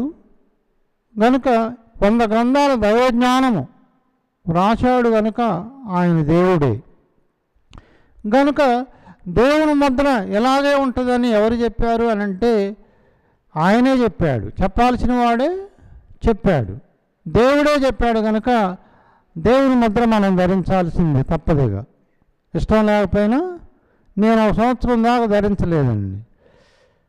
ఏమన్నా అనుకుంటారేమో, క్రైస్తవులు ఏమన్నా అనుకుంటారేమో, మా పాస్టర్లు ఏమన్నా అనుకుంటారేమో, వీళ్ళు ఏమన్నా అనుకుంటారేమో, వాళ్ళు ఏమన్నా అనుకుంటారేమో అని 1 సంవత్సరం దాకా ధరించలేదు. కానీ ఇక ఎంతకాలమైనా ధరించాల్సిందే, తప్పదేగా. ఎంతకాలమైనా ధరించాల్సింది తప్పని పరిస్థితి వచ్చింది. అందుకే యేసుప్రభు అంటాడు, తండ్రిని ఆరాధించువారు ఆత్మతోనూ సత్యముతోనూ ఆరాధించు కాలం వచ్చుచున్నది, వచ్చే ఉన్నదన్నాడు. వచ్చే ఉన్నది. గనుక మనుషులు కల్పించిన పద్ధతులు గాక దేవుడు ఏమేమి మనకు చెప్పాడో ఆ విషయాలన్నీ మనం ఆచరిస్తూ ఆ జ్ఞానాన్ని మనము దినదినము నేర్చుకుంటూ అనేకులకు నేర్పుతూ అనేకులకు పరిచయం చేస్తూ ఈ సహవాసంలో మనం ముందుకు సాగాలని కోరుకుంటూ ఈ సందేశం ఇంతటితో ముగిస్తున్నాను. దేవుడు తన కృపను మీకు మెండుగా దయచేయునుగాక. ముందుగా త్రిమత ఏకైక గురువు, ఆధ్యాత్మిక సామ్రాజ్య చక్రవర్తి, శతాధిక గ్రంథకర్త శ్రీ శ్రీ శ్రీ ఆచార్య ప్రబోధానంద యోగీశ్వర్ల వారికి నా పాదముల నమస్కారం. ఇక్కడ వచ్చిన జ్ఞానులకు, జ్ఞాన జిజ్ఞాసులకు అందరికీ నమస్కారము. ఈరోజు క్రైస్తవులకు చర్చించడానికి ఇచ్చిన అంశం మత్తయి సువార్త 15వ అధ్యాయము 9వ వచనము. మనుషులు కల్పించిన పద్ధతులు దైవోపదేశములన్నీ బోధించువారు నన్ను వ్యర్థముగా ఆరాధించుచున్నారు. మరియు యోహాను సువార్త 4వ అధ్యాయము 23-24 వచనములు.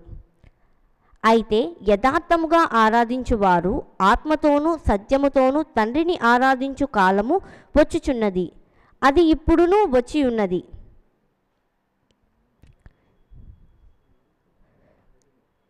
తన్ను ఆరాధించువారు అట్టివారే కావాలనని తండ్రి కోరుకొనుచున్నాడు. దేవుడు ఆత్మ గనుక ఆయనను ఆరాధించువారు ఆత్మతోనూ సత్యముతోనూ ఆరాధించవలెను. ఆరాధన, ఆరా తీయడం అంటే వెతకడం లేదా తెలుసుకోవడం. ఇప్పుడు ఒక పోలీస్ ఒక దొంగను గురించి ఆరా తీస్తున్నాడు అంటే వెతుకుతున్నాడు, అతని గురించి తెలుసుకుంటున్నాడు. ఒక సైంటిస్ట్ ఒక కొత్త దాన్ని కనుగొనాలనుకో, దాని గురించి ఆరా తీస్తున్నాడు, వెతుకుతున్నాడు. అంటే వెతకాలి. దేని గురించి వెతకాలి? ఇక్కడ ప్రభు ఏ ఆరాధన గురించి చెప్పారు? ఇప్పుడు బయట ప్రార్థన చేస్తున్నారు, ఇప్పుడు సంఘాలు ఉన్నాయి, మేము ఆరాధనకి వెళ్తున్నాము, ఆరాధన చేస్తున్నాము అంటారు. అసలు ఆరాధన ఎలా చేయాలి? ప్రభు ప్రభు అని ప్రార్థన చేస్తే ఆరాధన అయిపోతుందా?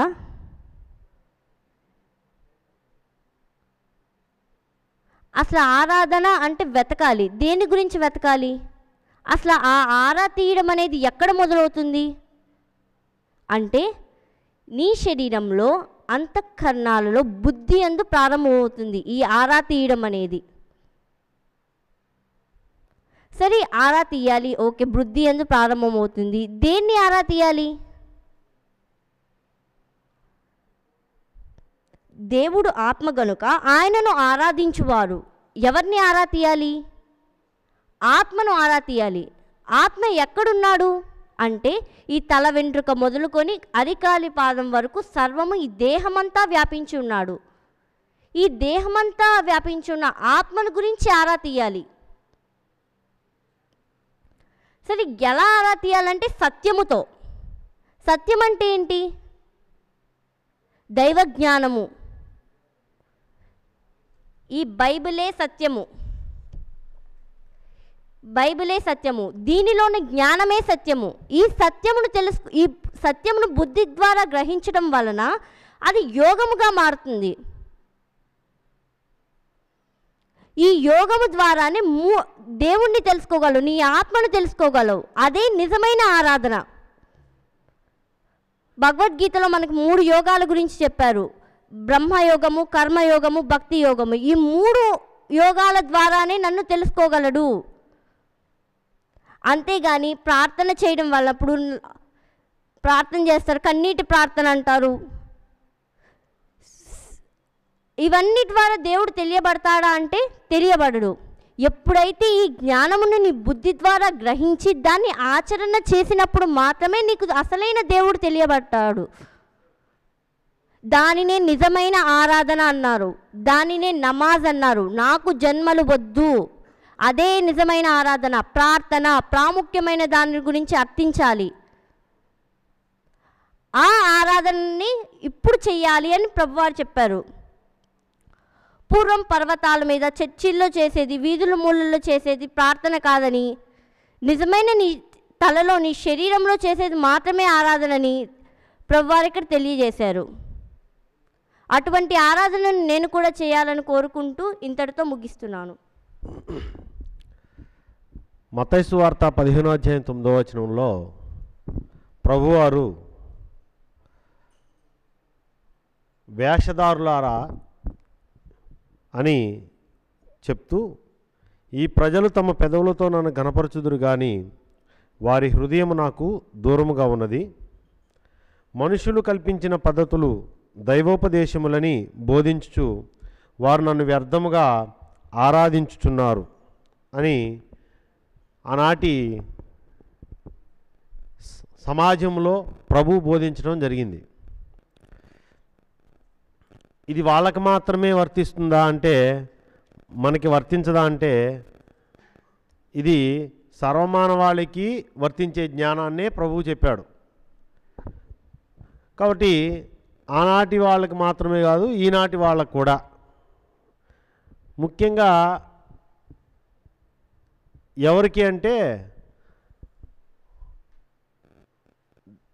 దేవుణ్ణి ఆరాధిస్తున్నాము అని అనుకొని హృదయంలో దైవజ్ఞానం లేక దైవధర్మములు లేకుండా పెదవులతో ఘనపరుస్తూ ఇదే దైవారాధన అనుకునే వాళ్ళందరినీ ఇక్కడ ప్రభు ఏమన్నాడంటే వేషధారులారా అన్నాడు.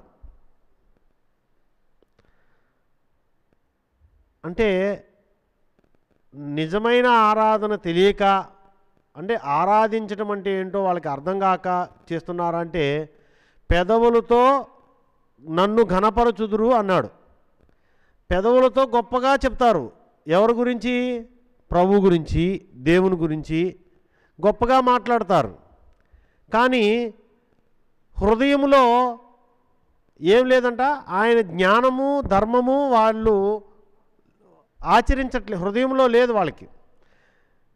వారు ఈ ప్రజలు తమ పెదవులతో నన్ను ఘనపరచుదురు కానీ వారి హృదయం నాకు దూరముగా ఉన్నది. హృదయంలో దేవుని ధర్మాలు లేకుండా పెదవులతో నువ్వు ఎంత ఆరాధన చేసినా అది ఉపయోగము లేనటువంటి ఆరాధనగా ఇక్కడే ప్రభు చెప్పాడు. దాన్నే ఏమన్నాడంటే వ్యర్థమైన ఆరాధన అన్నాడు. వ్యర్థ ఆరాధన అంటే ఆరాధనలో కూడా లాభ నష్టాలు లేకుంటే వ్యర్థమైనది పనికొచ్చేది కూడా ఉందా అని ఆలోచన చేయాలి కదా. ఆరాధనలో కూడా ఏమున్నాయి? ఇప్పుడు వ్యర్థంగా చేసేది ఉందని చెప్పాడు ప్రభువు ఇక్కడ. మీరు వ్యర్థముగా నన్ను ఆరాధిస్తున్నారు. ఈనాడు ఉన్న భూమి మీద ఉన్న ప్రతి మనిషి కూడా దేవుణ్ణి ఆరాధించాలి అనే భావంతో దేవుణ్ణి ఆ దేవుణ్ణి దగ్గరకు చేరాలి లేకుంటే దేవుణ్ణి దగ్గరకు పోవాలనే భావంతో ఏదో ఒక గుడికో ఏదో ఒక చర్చికో ఏదో ఒక మస్జిద్కో పోతూ ఉన్నాడు. కానీ అక్కడ వాళ్ళు చేసే ఆరాధనలు దేవుడు చెప్పినటువంటి ఆరాధన లేక వ్యర్థమైన ఆరాధన తెలుసుకోలేకుండా ఉన్నాడు. క్రైస్తవులు భక్తిగా ఎంతో భక్తిగా యేసుప్రభువునే నమ్ముకుంటూ యేసుప్రభు నందే విశ్వాసం ఉంచుతూ యేసుప్రభువునే గొప్పగా పొగుడుతూ యేసుప్రభు గురించే గొప్పగా మాట్లాడుతూ బోధలు చేస్తూ అనేక మంది పాస్టర్లు ఈరోజు బయట ఉన్నారు, లేరా? యేసుప్రభు వారి గురించి మీరు నేను చెప్పుకునే దానికంటే గొప్పగా చెప్పుకుంటారు. కానీ వాళ్ళు చేసే ఆరాధనలు కరెక్టా కాదా అనేది వాళ్ళు చూసుకోవాలి. ప్రతి ఒక్కరూ చెక్ చేసుకోవాలి.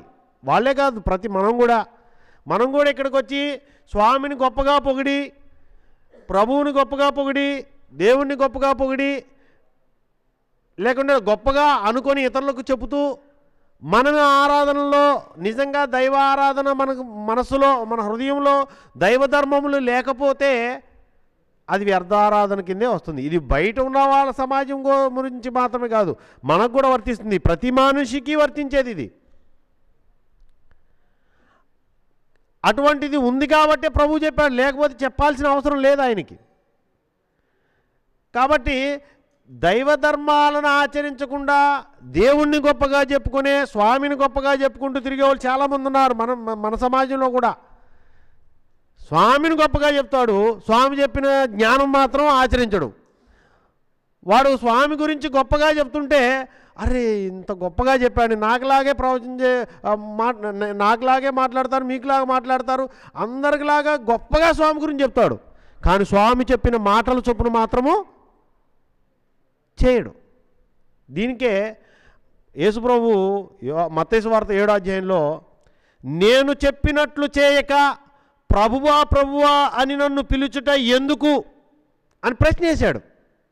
అంటే స్వామి ప్రభువు చెప్పినట్టు చేయకుండా, ప్రభువు బోధించిన ప్రకారము నడుచుకోకుండా, ప్రభువు జ్ఞానమేదో అర్థం చేసుకోకుండా, ప్రభువు బోధించిన ధర్మములు వారిలో లేకుండా హృదయాలలో ఆయన్ని పిలిచిన, ఆల్ నైట్ ప్రేయర్లు మన పాస్టర్ గారు చెప్పినట్టు ఆల్ నైట్ ప్రేయర్ చేసినా, ఆల్ డే ప్రేయర్ చేసినా ఏ ఉపయోగము లేదు. ఎందుకంటే అది వ్యర్థారాధనగా మిగిలిపోతుంది తప్ప దాంట్లో చూడండి, చాలామంది ఈనాడు వ్యాపారం చేయాలని అనుకుంటారు. చాలామంది ప్రపంచరీత్యా చాలామంది వ్యాపారాలు చేస్తూ ఉంటారు, చాలా వ్యాపారాలు చేస్తూ ఉంటారు. కానీ అందరూ వ్యాపారం ఎందుకు చేద్దాం అనుకుంటారు? డబ్బును సంపాదించాలని. ఆ వ్యాపారం గురించి అనేక మందిని వాకప్ చేసి, అది ఏది చేసి ఎక్కడ ఏది మంచి వస్తువు దొరుకుతుంది, ఎక్కడ తక్కువ దొరుకుతుంది, దాన్ని నేను అమ్మితే నాకెంత మిగులుతుందని అంతా అడిగి అనేక చోట్ల ఆరాలు తీసి దాని గురించి పూర్తి సమాచారం తెలుసుకొని ఆ తర్వాత వ్యాపారం చేయటం మొదలెడతారు. కానీ అందరూ సక్సెస్ కాలేకపోతున్నారు. వ్యాపారాలు అందరూ సక్సెస్ అయ్యారా అంటే అందరూ కాలేరు. మధ్యలో మేము కూడా ఒకసారి చీరల వ్యాపారం చేసాము. అది అప్పులు పెట్టారు, అందరూ సక్సెస్ కాల, నష్టపోయాం. అంటే అట్లా చాలామంది ధనాన్ని సంపాదించాలనే ఉద్దేశంతోనే వ్యాపారాలు చేస్తారు. కానీ అందరూ ధనాన్ని సంపాదించట్లా. ఆ ప్రయత్నం ఏమైంది? వ్యర్థమైపోయింది. డబ్బు రాకపోగా ఉన్నది కూడా పోయిందన్నమాట, ఉన్నదానం కూడా పోయింది. అట్లాగే మనం చేసే ఆరాధన అంటే ఇందులో ఈ డబ్బుతో ఏం సంబంధం అంటే, డబ్బు 2 రకాలు ఉంది, ధనము 2 రకాలు ఉంది. ఒకటి ప్రపంచ ధనము, 2 పరలోక ధనం అని బైబిల్లో చెప్పాడు యేసుప్రభువు వారు.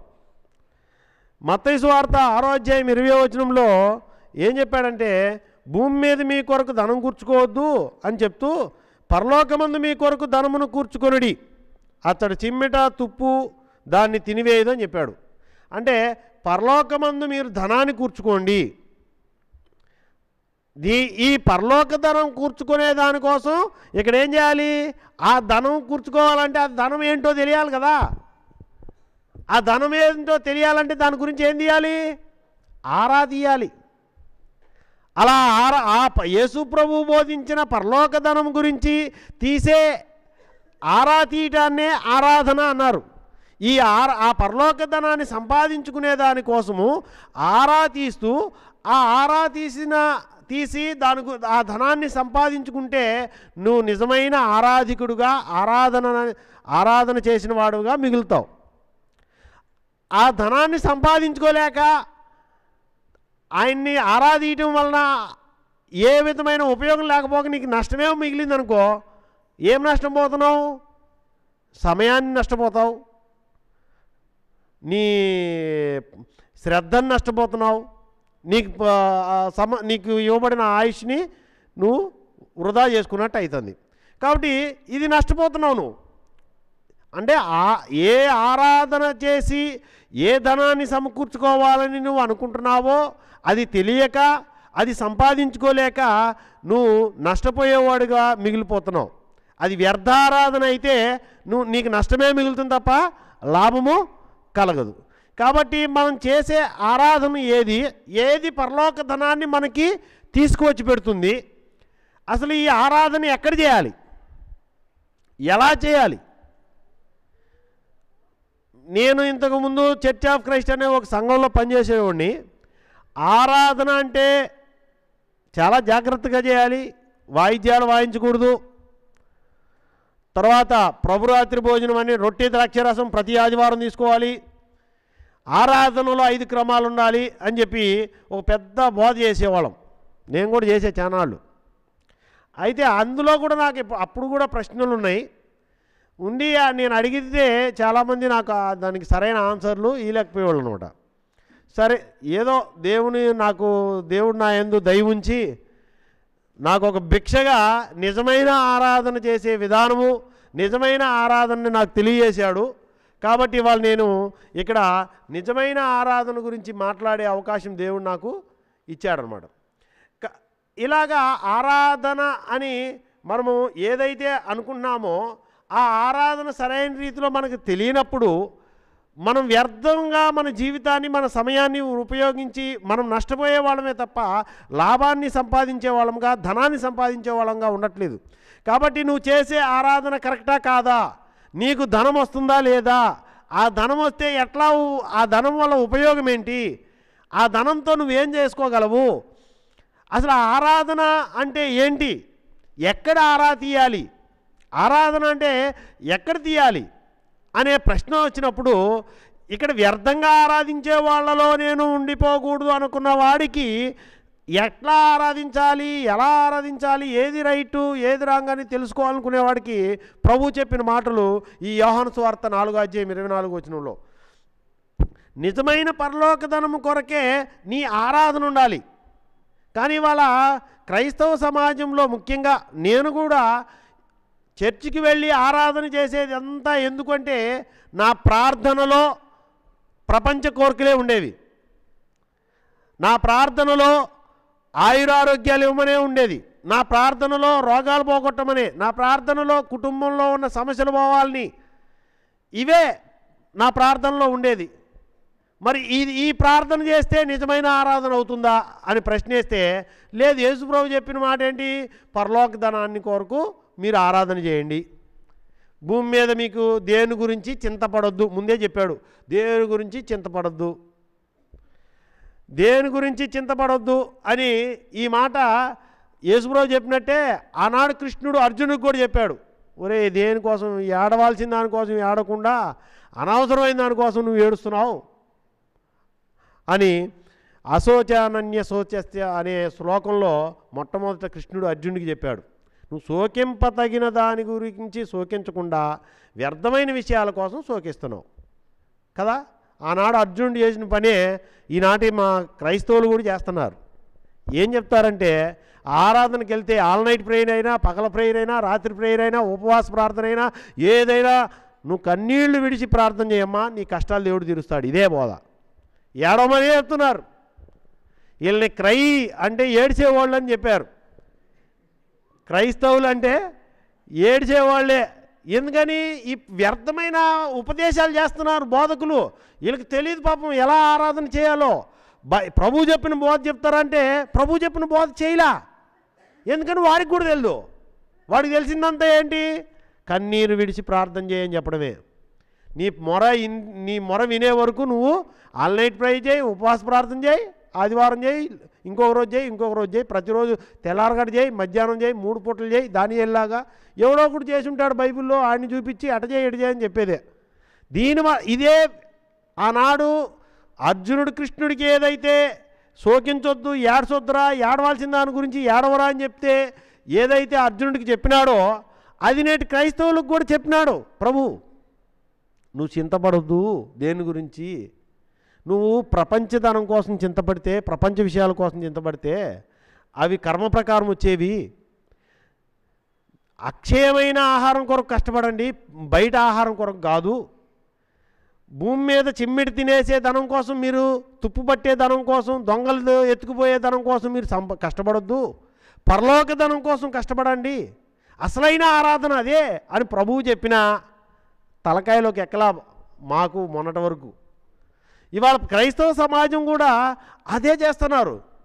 ఏడవటమే పనిగా పెట్టుకొని దేవుడు ఏడిస్తేనే మొరింటాడన్నట్టు నీ హృదయాన్ని కుమ్మరించమంటే కళ్ళలోంచి నీళ్ళన్నీ కార్చేస్తుంటాయి, అదే కుమ్మరింపు అంటున్నారు. కానీ వాస్తవం ఏది? ఎవరు చెప్తారు మనకి నిజమైన ఆరాధన? యేసుప్రభు బోధ ఇవాళ అర్థం కాకే కదా ఈ ప్రపంచంలో, ఈ క్రైస్తవ సమాజంలో ఈ బోధలన్నీ విస్తరించిపోయినాయి. అటువంటి క్రైస్తవ సమాజంలోనే కాదు, ప్రతి సమాజంలో భగవంతుడు వచ్చి చెప్పినటువంటి బోధలు అర్థం కాక వ్యర్థమైన ఆరాధనలు చేసే పరిస్థితి నెలకొని ఉన్న ఇటువంటి అజ్ఞానము పెరిగిపోయిన సందర్భంలో ఆనాడు ప్రభువు చెప్పాడు, ఇందాక మన అయ్యగారు కూడా చెప్పారు. ఏమని చెప్పారంటే, భూమి మీద అజ్ఞానం పెరిగిపోతే దేవుడు భూమి మీదకి వస్తాడు. దేవుడి అజ్ఞానం పెరిగిపోబట్టే ఈనాడు స్వామి మనకి ఆనాడు ప్రభువు చెప్పిన దైవజ్ఞానాన్ని, ఖురాన్ గ్రంథంలో మహమ్మద్ ప్రవక్త గారి ద్వారా జిబ్రాయిల్ ప్రవక్త చెప్పిన దైవజ్ఞానాన్ని, అలాగే భగవద్గీతలో స్వయంగా కృష్ణ పరమాత్మ చెప్పిన దైవజ్ఞానాన్ని వివరించి విశదీకరించి మనకి తెలియజేయబట్టే ఇవాళ క్రైస్తవులకే అర్థం కానటువంటి నిజమైన ఆరాధన నేను తెలియగలిగా. భగవద్గీత ప్రతి ఇంట్లో ఉన్నప్పటికీ హిందూ సమాజంలో నిజమైన ఆరాధన ఏదో తెలియక, 3 యోగాల సారాంశం తెలియక, అజ్ఞానంగా అధర్మాలని ఆచరించటమే ఆరాధనలుగా పెట్టుకున్న వారికి ఇవాళ అవి అధర్మ ఆరాధనలు, నిజమైన ఆరాధనలు ఇవి అని చెప్పేటటువంటి వారు భూమి మీద ఎవరున్నారంటే ఒక్క స్వామివారే చెప్పారు. ఖురాన్ గ్రంథంలో నమాజ్ అంటే అర్థం చెప్పిన వాళ్ళు ఎవరు ఉన్నారా అంటే, నమాజ్ అంటే పేరే తెలుసు కానీ అర్థం తెలియకుండా 3 పూట్ల 5 పూట్ల చేసే నమాజులు చేస్తూ ఉన్న వారందరికీ కూడా నిజమైన నమాజుని నీ జీవితంలో నెలకొల్పుకో అని చెప్పింది ఒకే ఒక్క స్వామి. కాబట్టి ఇవాళ ప్రతి సమాజం మేలుకోవాలి, తెలుసుకోవాలి, నిజమైన ఆరాధన ఏదో తెలుసుకోవాల్సిన సమయం ఆసన్నమైంది. ఆనాడు ప్రభువు చెప్పాడు, ఆయమ్మ సమరయ స్త్రీ, ఒక వ్యభిచారంతో బతికే స్త్రీ ఆ యేసుప్రభు దగ్గరకు వచ్చి ఆమె అడుగుతుంది, అయ్యా మా పితరులు అంటే మా పెద్దలు, ముస్లిం సమాజంలో ఏ పెద్దలు ఉన్నారో, క్రైస్తవ సమాజంలో ఏ పెద్దలు ఉన్నారో ఆ పెద్దల గురించే ఆమె చెప్తుంది. మా పితరులు యెరూషలేములో కొండల మీద ఆరాధించారు. ఎవరు కొండల మీద ఆరాధించింది తెలుసా? అబ్రహాం, ఇస్సాకు, యాకోబు వీళ్ళంతా కొండల మీద ఆరాధించారు, ప్రవక్తలంతా. వీళ్ళకి దేవుడు ఏమన్నాడు? దేవుడు అంటే పేరు తెలియదు. పేరు తెలియక దేవుడిని అడుగుతాడు, నువ్వెవరు అని ఒక అతను అడిగితే మోషే అని ఆయన ఏం చెప్పుకోవాలో తెలియలా. నేను ఉన్నవాడును అని చెప్పాడు చివరికి.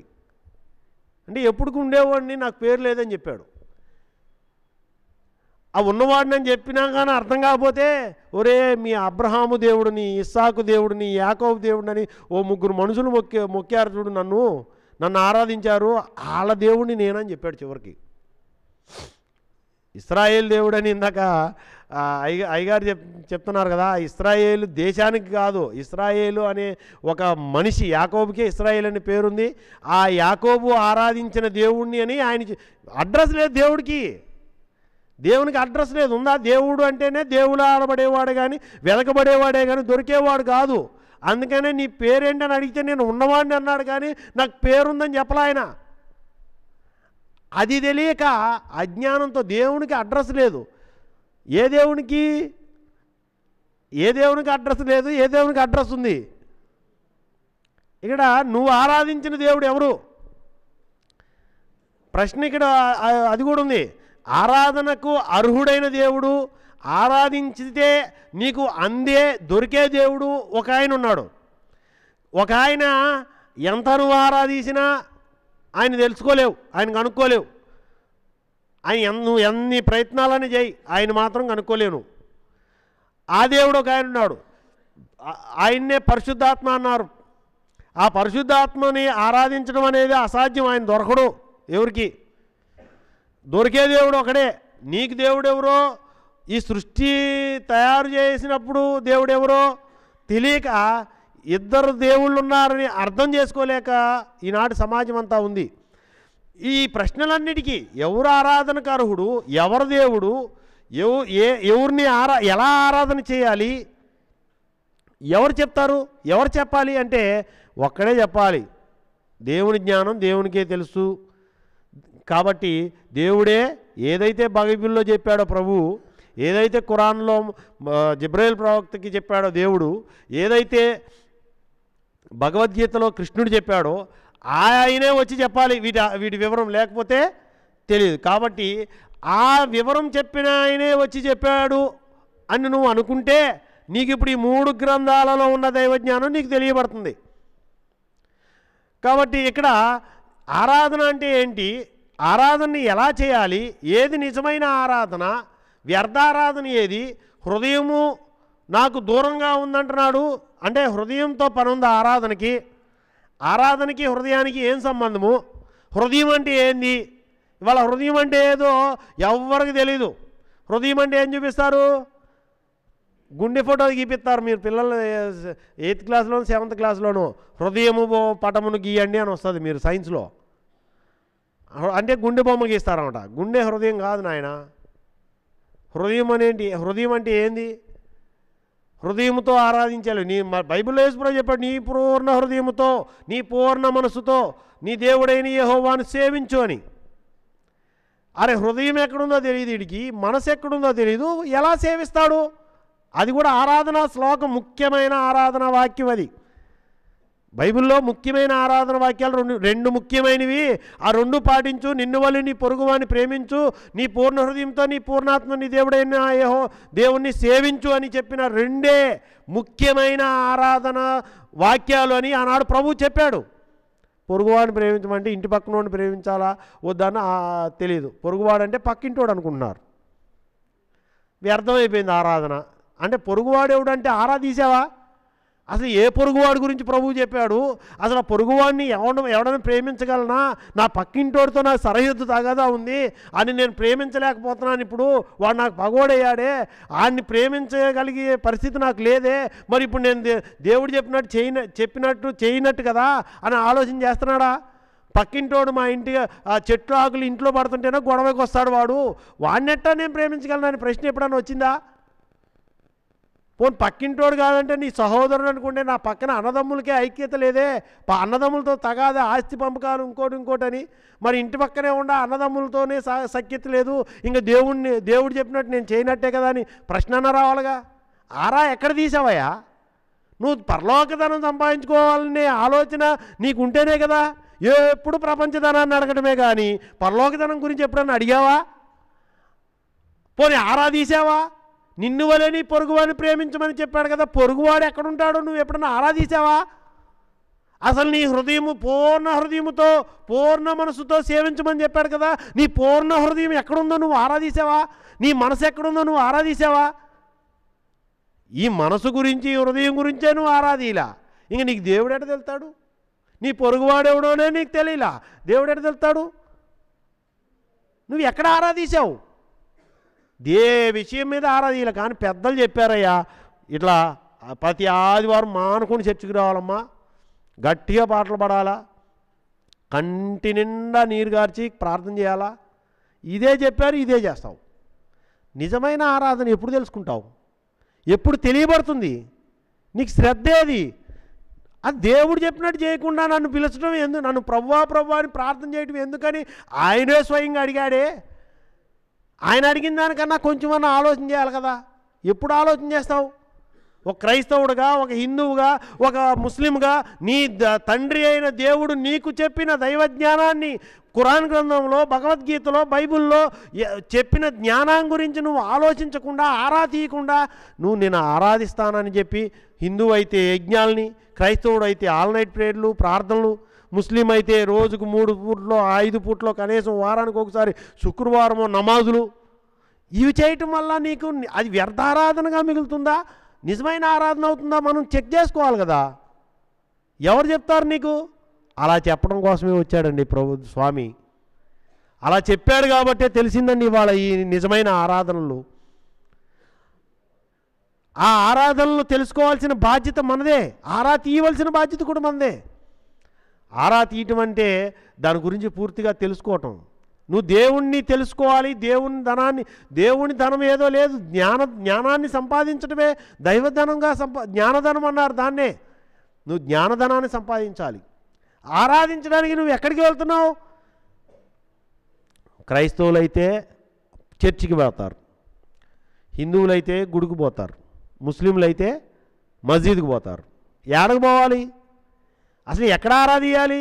ఆరాధించడానికే ఇంకో చోటుకు పోతున్నావు మనం. ఎక్కడ ఆరాధించాలో తెలియక నువ్వు పో, చర్చికి పో, మసీదుకి పో, గుడికి పో. అక్కడికి పోయి ఆరాధించడం ఏంటో నేర్చుకో, ఎలా ఆరాధించాలో తెలుసుకో. అది మాత్రం చేయట్లా. ఏడకి వెళ్తున్నావు అంటే ఆరాధించడానికి వెళ్తున్నా. ఏడకంటే ఆరాధనకి రాలేదేంటమ్మా అని అయ్యగారు అడిగింగానే, అయ్యో అయ్యగారు సాయంత్రం వస్తారని అంటారు. ఒక ఆరాధనకి రాలేకపోతే ఇంకో ఆరాధన 3 పూటలు పెడుతున్నారు ఆదివారం. పొద్దున కుదరకపోతే మధ్యాహ్నం, మధ్యాహ్నం కుదరకపోతే రాత్రి. అంటే ఎప్పుడు ఆరాధించాలి? చూడండి, కాలం గురించి కూడా చెప్పాడు ప్రభు ఇక్కడ. యోహాను సువార్త 4వ అధ్యాయం 24వ వచనంలో ఆయమ్మ అడుగుతుంది ఏమని, అయ్యా మా పితరులు ఈ పర్వతాల మీద ఆరాధించేవాళ్ళం, మీరొచ్చేమో. ఎవరు? యూదులు. చూడండి, మా పితరులు ఈ పర్వతమందు ఆరాధించిరి, కానీ ఆరాధింపవలసిన స్థలము యెరూషలేములో ఉన్నదని మీరు చెప్పుదురని ఆయనతో అనగా, యేసు ఆమెతో ఇట్లా నేను. చూడండి, యేసు ప్రభుతో ఆమె ఏమంటుంది? అయ్యా మా పితరులంతా కొండల మీద ఆరాధించారు, ఈ పర్వతాల మీద ఆరాధించారు, కానీ ఆరాధించవలసిన స్థలమేమో యెరూషలేములో ఉందని మీరు చెప్తున్నారు. ఇంతకీ ఎక్కడుంది, ఎక్కడ ఆరాధించాలి అని అడిగితే ఆమె చెప్తుంది. యేసుప్రభు ఏమన్నాడు తెలుసా? అమ్మా ఒక కాలము వచ్చుచున్నది. ఏ కాలం అది? జ్ఞానం తెలుసుకునే కాలం వచ్చుచున్నది. ఆ కాలమందు ఈ పర్వతము మీదనైనను యెరూషలేములోనైనను మీరు తండ్రిని ఆరాధింపరు. ఎక్కడ ఆరాధింపరు? వాళ్ళ పితరులేమో పర్వతాల మీద ఆరాధించారంట. ఆడ కాదురా, గుడికి వచ్చి ఆరాధించాలని వీళ్ళు చెప్తున్నాడు. యెరూషలేము గుళ్ళో ఆడ ఆరాధించరు, ఈడ ఆరాధించరు. ఎప్పుడు? ఒక కాలం వస్తే. ఏ కాలము?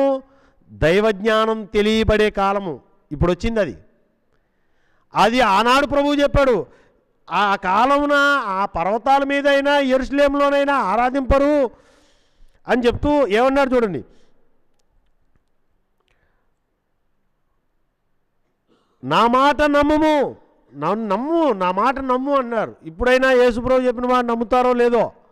నా మాట నమ్ముము, మీరు మీకు తెలియని దానిని ఆరాధించుచువారు. అంటే మీకు ఎక్కడ ఆరాధించాలో తెలియట్లేదు, తెలియని దాన్ని ఆరాధిస్తున్నారు, తెలియని దానిని ఆరాధించుతున్నారు. ఇవాళ మనం కూడా తెలియని దానిని ఆరాధించేవారముగా మిగిలిపోయామేమో చూడండి. ఆలోచన చేయండి క్రైస్తవ సమాజం అంతా. ఆనాడు ప్రభు మాటల్లో ఈనాడికి మనం నమ్మకపోతే ఆయన తెలియబడడు. తెలియని దానిని మీరు ఆరాధిస్తున్నారు. చూడండి ఇంకేమన్నాడు, అయితే యథార్థముగా ఆరాధించువారు ఆత్మతోనూ సత్యముతోనూ తండ్రిని ఆరాధించు కాలము వచ్చుచున్నది. అంటే యథార్థంగా అంటే నిజంగా ఆరాధించేవారు ఎట్లా ఆరాధిస్తారంట? వాళ్ళు ఆత్మతో సత్యముతో. ఆత్మ అంటే ఏది తెలుదు. ఆత్మ అంటే పరిశుద్ధాత్మ అనుకొని ఎగురుతో మొదలెట్టినారు సంఘాల్లో. అది కాదు నాయన ఆత్మ. ఆ ఆత్మ గురించి కాదు. ఇక్కడ బైబిల్లో 3 ఆత్మల గురించి చెప్పబడింది. యేసుప్రభు కూడా 3 ఆత్మల గురించి చెప్పాడు. ఇందాక మన సహోదరులు మత్తయి సువార్త 18వ అధ్యాయంలో 28వ అధ్యాయం 18వ వచనంలో మన షఫీ బ్రదర్ చెప్పారు, తండ్రి కుమార పరిశుద్ధాత్మ నామంలోనికి వారికి బాప్తిస్మం ఇయ్యమని యేసుప్రభు ఏదైతే బోధించాడో ఆ తండ్రి ఆత్మ, ఈ పరిశుద్ధాత్మ అనే ఆయన పరమాత్మగా భగవద్గీతలో చెప్పబడ్డాడు, పెద్దల్లాగా ఖురాన్లో చెప్పబడ్డాడు. ఇక్కడ ఆ పరమాత్మ పరిశుద్ధాత్మగా ఉన్న ఆయన పరిశుద్ధాత్మ అని రాశారు బైబిల్లో. ఈ తండ్రి అయిన ఆత్మనేమో ఆత్మ అని పెద్ద అక్షరాలతో రాశారు. ఈ కుమారుడైన జీవాత్మనేమో అసలు మామూలు అక్షరాలతో రాశారు. ఇక్కడ ఆత్మతోనూ సత్యముతోనూ అన్న కాడ మామూలు అక్షరాలు ఉంటాయి. అంటే జీవుడిగా ఉన్న నువ్వు నీ ఆత్మతో ఆరాధించాలా, పెదవులతో కాదు, చప్పట్లతో కాదు, వాయిద్యాలతో కాదు, బయట చేసే ఆరాధనలతో కాదు, నీ లోపల ఉన్న ఆత్మతో ఆరాధించాలా. ఈ ఆత్మ ఎలా ఆరాధించాలి? ఈ ఆత్మతో జ్ఞానం సత్యము తెలుసుకొని నువ్వు జీవుడిగా దైవజ్ఞానాన్ని 17వ అధ్యాయం 17వ వచనంలో ఇదే యోహాను సువార్తలో సత్యమందు వారిని ప్రతిష్ఠ చేయమని ఈ వాక్యమే సత్యము అని ఉంది. అంటే వాక్యం అనే దైవజ్ఞానంతో జీవుడువైన నీవు ఆత్మను ఆరాధించాలి. నీ శరీరం లోపల ఉన్నటువంటి దేవాలయంలో దేవునిగా ఉన్నటువంటి నీ దేహమే దేవుని ఆలయమని ఏదైతే రాయబడిందో ఆ దేహంలో దేవుడైన ఆత్మ నివసిస్తున్నాడని తెలిసి ఆ ఆత్మని నువ్వు ఆరాధించాలి. అదే చెప్పాడు ఇక్కడ ప్రభువారు కూడా చెప్పింది అదే. ఏమనంటే యథార్థంగా ఆత్మతో సత్యముతో ఆరాధించే కాలం వస్తుంది. అప్పుడు పర్వతాల మీద ఆరాధించరు, నువ్వు చెప్పినట్టు యెరూషలేములో కూడా ఆరాధించరు. ఎక్కడ ఆరాధిస్తారు మరి? ఆత్మ ఎక్కడుంది? ఆత్మతో ఆ సత్యముతో దైవజ్ఞానంతో ఆరాధించాల. ఎక్కడ అంటే బయట కాదు ఆరాధించేది, లోపల అని చెప్పేశాడు. జీవాత్మగా ఉన్న నువ్వు దైవజ్ఞానాన్ని తెలుసుకొని నీ శరీరంలో ఉన్నటువంటి ఆత్మను ఆరా తీయాలి. ఇది ప్రభు బోధ. చూడండి, ఇంతకీ చూడండి, తన్ని ఆరాధించువారు అట్టివారే కావాలని తండ్రి కోరుతున్నాడు. ఎట్టివారు కావాలంట? తన్ను ఆరాధించేవారు ఆత్మతో సత్యముతో ఆరాధించేవారే కావాలని కోరుతున్నాడు. ఆత్మ అంటే తెలీదు, జీవాత్మగా ఉన్న నువ్వు ఎక్కడున్నావో నీ దేహంలో నీకు తెలియదు. నీకెట్లా ఈ శరీర యంత్రాంగం గురించి తెలియదు. కాబట్టి ఇదన్నీ తెలియాలంటే నువ్వు దైవజ్ఞానాన్ని తెలుసుకోవాలి. 3 గ్రంథాలలో ఉన్న సత్యాన్ని తెలియాలి. చూడండి, భగవద్గీతలో ముఖ్యమైన ఆరాధనా శ్లోకాలని చెప్పి అక్కడ ఒక పెద్ద బోర్డుతో రాసిపెట్టారు స్వామివారు. బైబిల్లో 2 ముఖ్యమైన వాక్యాలని చెప్పి బైబిల్లో కూడా యేసుప్రభు చెప్పాడు. ఖురాన్లో కూడా ఇందాక మనకు సహోదరులు చెప్పారు, నిరంతర నమాజ్ని నీ జీవితంలో నెలకొల్పు అని. కాబట్టి ఈ ఆరాధనా శ్లోకాలు ఏం చెప్పినాయి అనే తెలియకుండా యజ్ఞాలు ఇవాళ కూడా చర్చిల్లో ఏం జరుగుతుందో గుళ్ళో కూడా అదే జరుగుతుంది. చర్చిల్లో ఏం జరుగుతుంది మీరు చూడండి, పాటలు పాడతారు బాగా, గోపయ్యా నువ్వు అంతటోడివి ఇంతటోడు అని. గుళ్ళల్లో ఏం చేస్తున్నారు? భజన చేస్తున్నారు. చర్చిల్లో ఏం చేస్తున్నారు? డబ్బులు ఇవ్వండి దేవుడి కోసం అని చెప్పి డబ్బులు ఇవ్వమని అడుక్కుంటున్నారు, దానం చేపిస్తున్నారు. గుళ్ళల్లో ఏం చేస్తున్నారు? అమ్మ నువ్వు గోదానం చేయి, అన్నదానం చేయి, వస్త్రదానం చేయని వాళ్ళు చెప్తున్నారు. ఇది మన ముస్లిం సమాజంలో కూడా ఉంది. పండగల రూపంలో వాళ్ళు కూడా మాంసాన్ని దానం చేస్తారు, బట్టలు దానం చేస్తారు, ధనాన్ని దానం చేస్తారు, ఆహారాన్ని దానం చేస్తారు. అంటే చూడండి, అజ్ఞానం అనేది అన్ని మతాలలో అన్ని మతాలలో వేళ్ళూనుకొని ఉంది. అటువంటి అజ్ఞానాన్ని తీసివేసి, అధర్మాలని తీసివేసి, దైవ ధర్మాలని హృదయంలో పెట్టుకొని, దైవ ధర్మాలని నువ్వు తెలుసుకొని నువ్వు దేవుణ్ణి ఆరాధించాలి. అప్పుడు అది వ్యర్థారాధనగా ఉండదు, నిజమైన ఆరాధన అవుతుంది. కాబట్టి అలాంటి వారే కావాలని, నిజమైన ఆరాధకులు కావాలని దేవుడు కోరుతున్నాడు. నువ్వు ఆరాధకుడిగా మారితే దేవుని నువ్వు తెలుసుకోగలుగుతావు. ఇంకేమని చెప్తున్నాడంటే, దేవుడు ఆత్మ గనుక ఆయనను ఆరాధించువారు ఆత్మతోనూ సత్యముతోనూ ఆరాధింపవలెను. దేవుడు ఎవరో చెప్పేశాడు ఇక్కడ. దేవుడు ఎవరంటే ఆత్మ. నువ్వు ఆరాధించాల్సింది ఆత్మని. మరి దేంతో ఆరాధించాలి? ఆత్మగా జీవాత్మగా ఉన్న నువ్వు ఆరాధించాలి. దేంతో? వాక్యముతో, జ్ఞానముతో. దైవజ్ఞానాన్ని తెలిస్తే ధర్మాలు తెలుస్తాయి. ధర్మాలు తెలిస్తే దేవుణ్ణి ఆ ధర్మాలు ఆచరిస్తే దేవుణ్ణి ఆరాధించిన వాడు అవుతావు. ఆ జ్ఞానధనాన్ని లేకుంటే పరలోకము ధనాన్ని ఏదైతే సంపాదించుకోండి అని ఆనాడు ప్రభువు చెప్పాడో ఆ ధనాన్ని నువ్వు ఈనాడు సంపాదించుకున్న వాడు అవుతావు. ఆ ధనాన్ని సంపాదించుకోగలిగితే నీ కర్మలన్నీ కాలిపోయి దేవునిలో కలిసేటటువంటి గొప్ప ఉన్నతమైన స్థితి నీకు కలుగుతుంది. అప్పుడు నీకు దేవునిలో చేరే అవకాశం ఉంది. అప్పటి వరకు నువ్వు దేవుణ్ణి చేరుకోలేవు. ఆరాధనే తెలియకపోతే దేవుణ్ణి ఎక్కడ చేరుకోగలవు? కాబట్టి ఈ నిజమైన ఆరాధనను ఎరిగి ప్రతి ఒక్కరూ కూడా దేవుడు చెప్పినటువంటి ఆరాధనను చేసి ముక్తిని మోక్షాన్ని పొందాలని కోరుకుంటూ, ఇది ప్రపంచంలో పెద్దలుగా చెప్పేవాళ్ళు ఎవరు చెప్పలేరు ఈ ఆరాధనని. ప్రపంచంలో ఏ సంఘంలో ఏ గుడిలో చెప్పబడట్లేదు ఈ ఆరాధన. ప్రపంచంలో ఏ మసీదులో చెప్పబడట్లేదు, ఏ చర్చిలో చెప్పబడట్లేదు. ఒక్క శ్రీకృష్ణ మందిరము చిన్నపొడమల ప్రబోధాశ్రమంలో మాత్రమే ఈ యొక్క నిజమైన ఆరాధన గురించి 100 గ్రంథాల రూపంలో రాసి తెలియజేయబడుతుంది. ఇది ప్రపంచానంతటికీ జ్ఞానస్థానంగా నిలిచిపోయింది నాడు. కాబట్టి ఈ జ్ఞాన గ్రంథాలను చదివి మీరు గురుస్థానం దగ్గరకు వచ్చి దైవజ్ఞానాన్ని తెలుసుకొని జ్ఞాన మార్గంలో ప్రతి ఒక్కరు ముందుకు పోవాలని కోరుకుంటూ, ఇంత గొప్ప జ్ఞానాన్ని మాకు మనందరికీ అందించినటువంటి శ్రీ శ్రీ శ్రీ ఆచార్య ప్రబోధానంద యోగీశ్వర్ల వారి పాదపద్మములకు నమస్కరిస్తూ ఇంతటితో ఈ ముస్లిం క్రైస్తవుల జ్ఞాన చర్చా కార్యక్రమాన్ని ముగించడం జరుగుతుంది. అందరికీ నమస్కారం.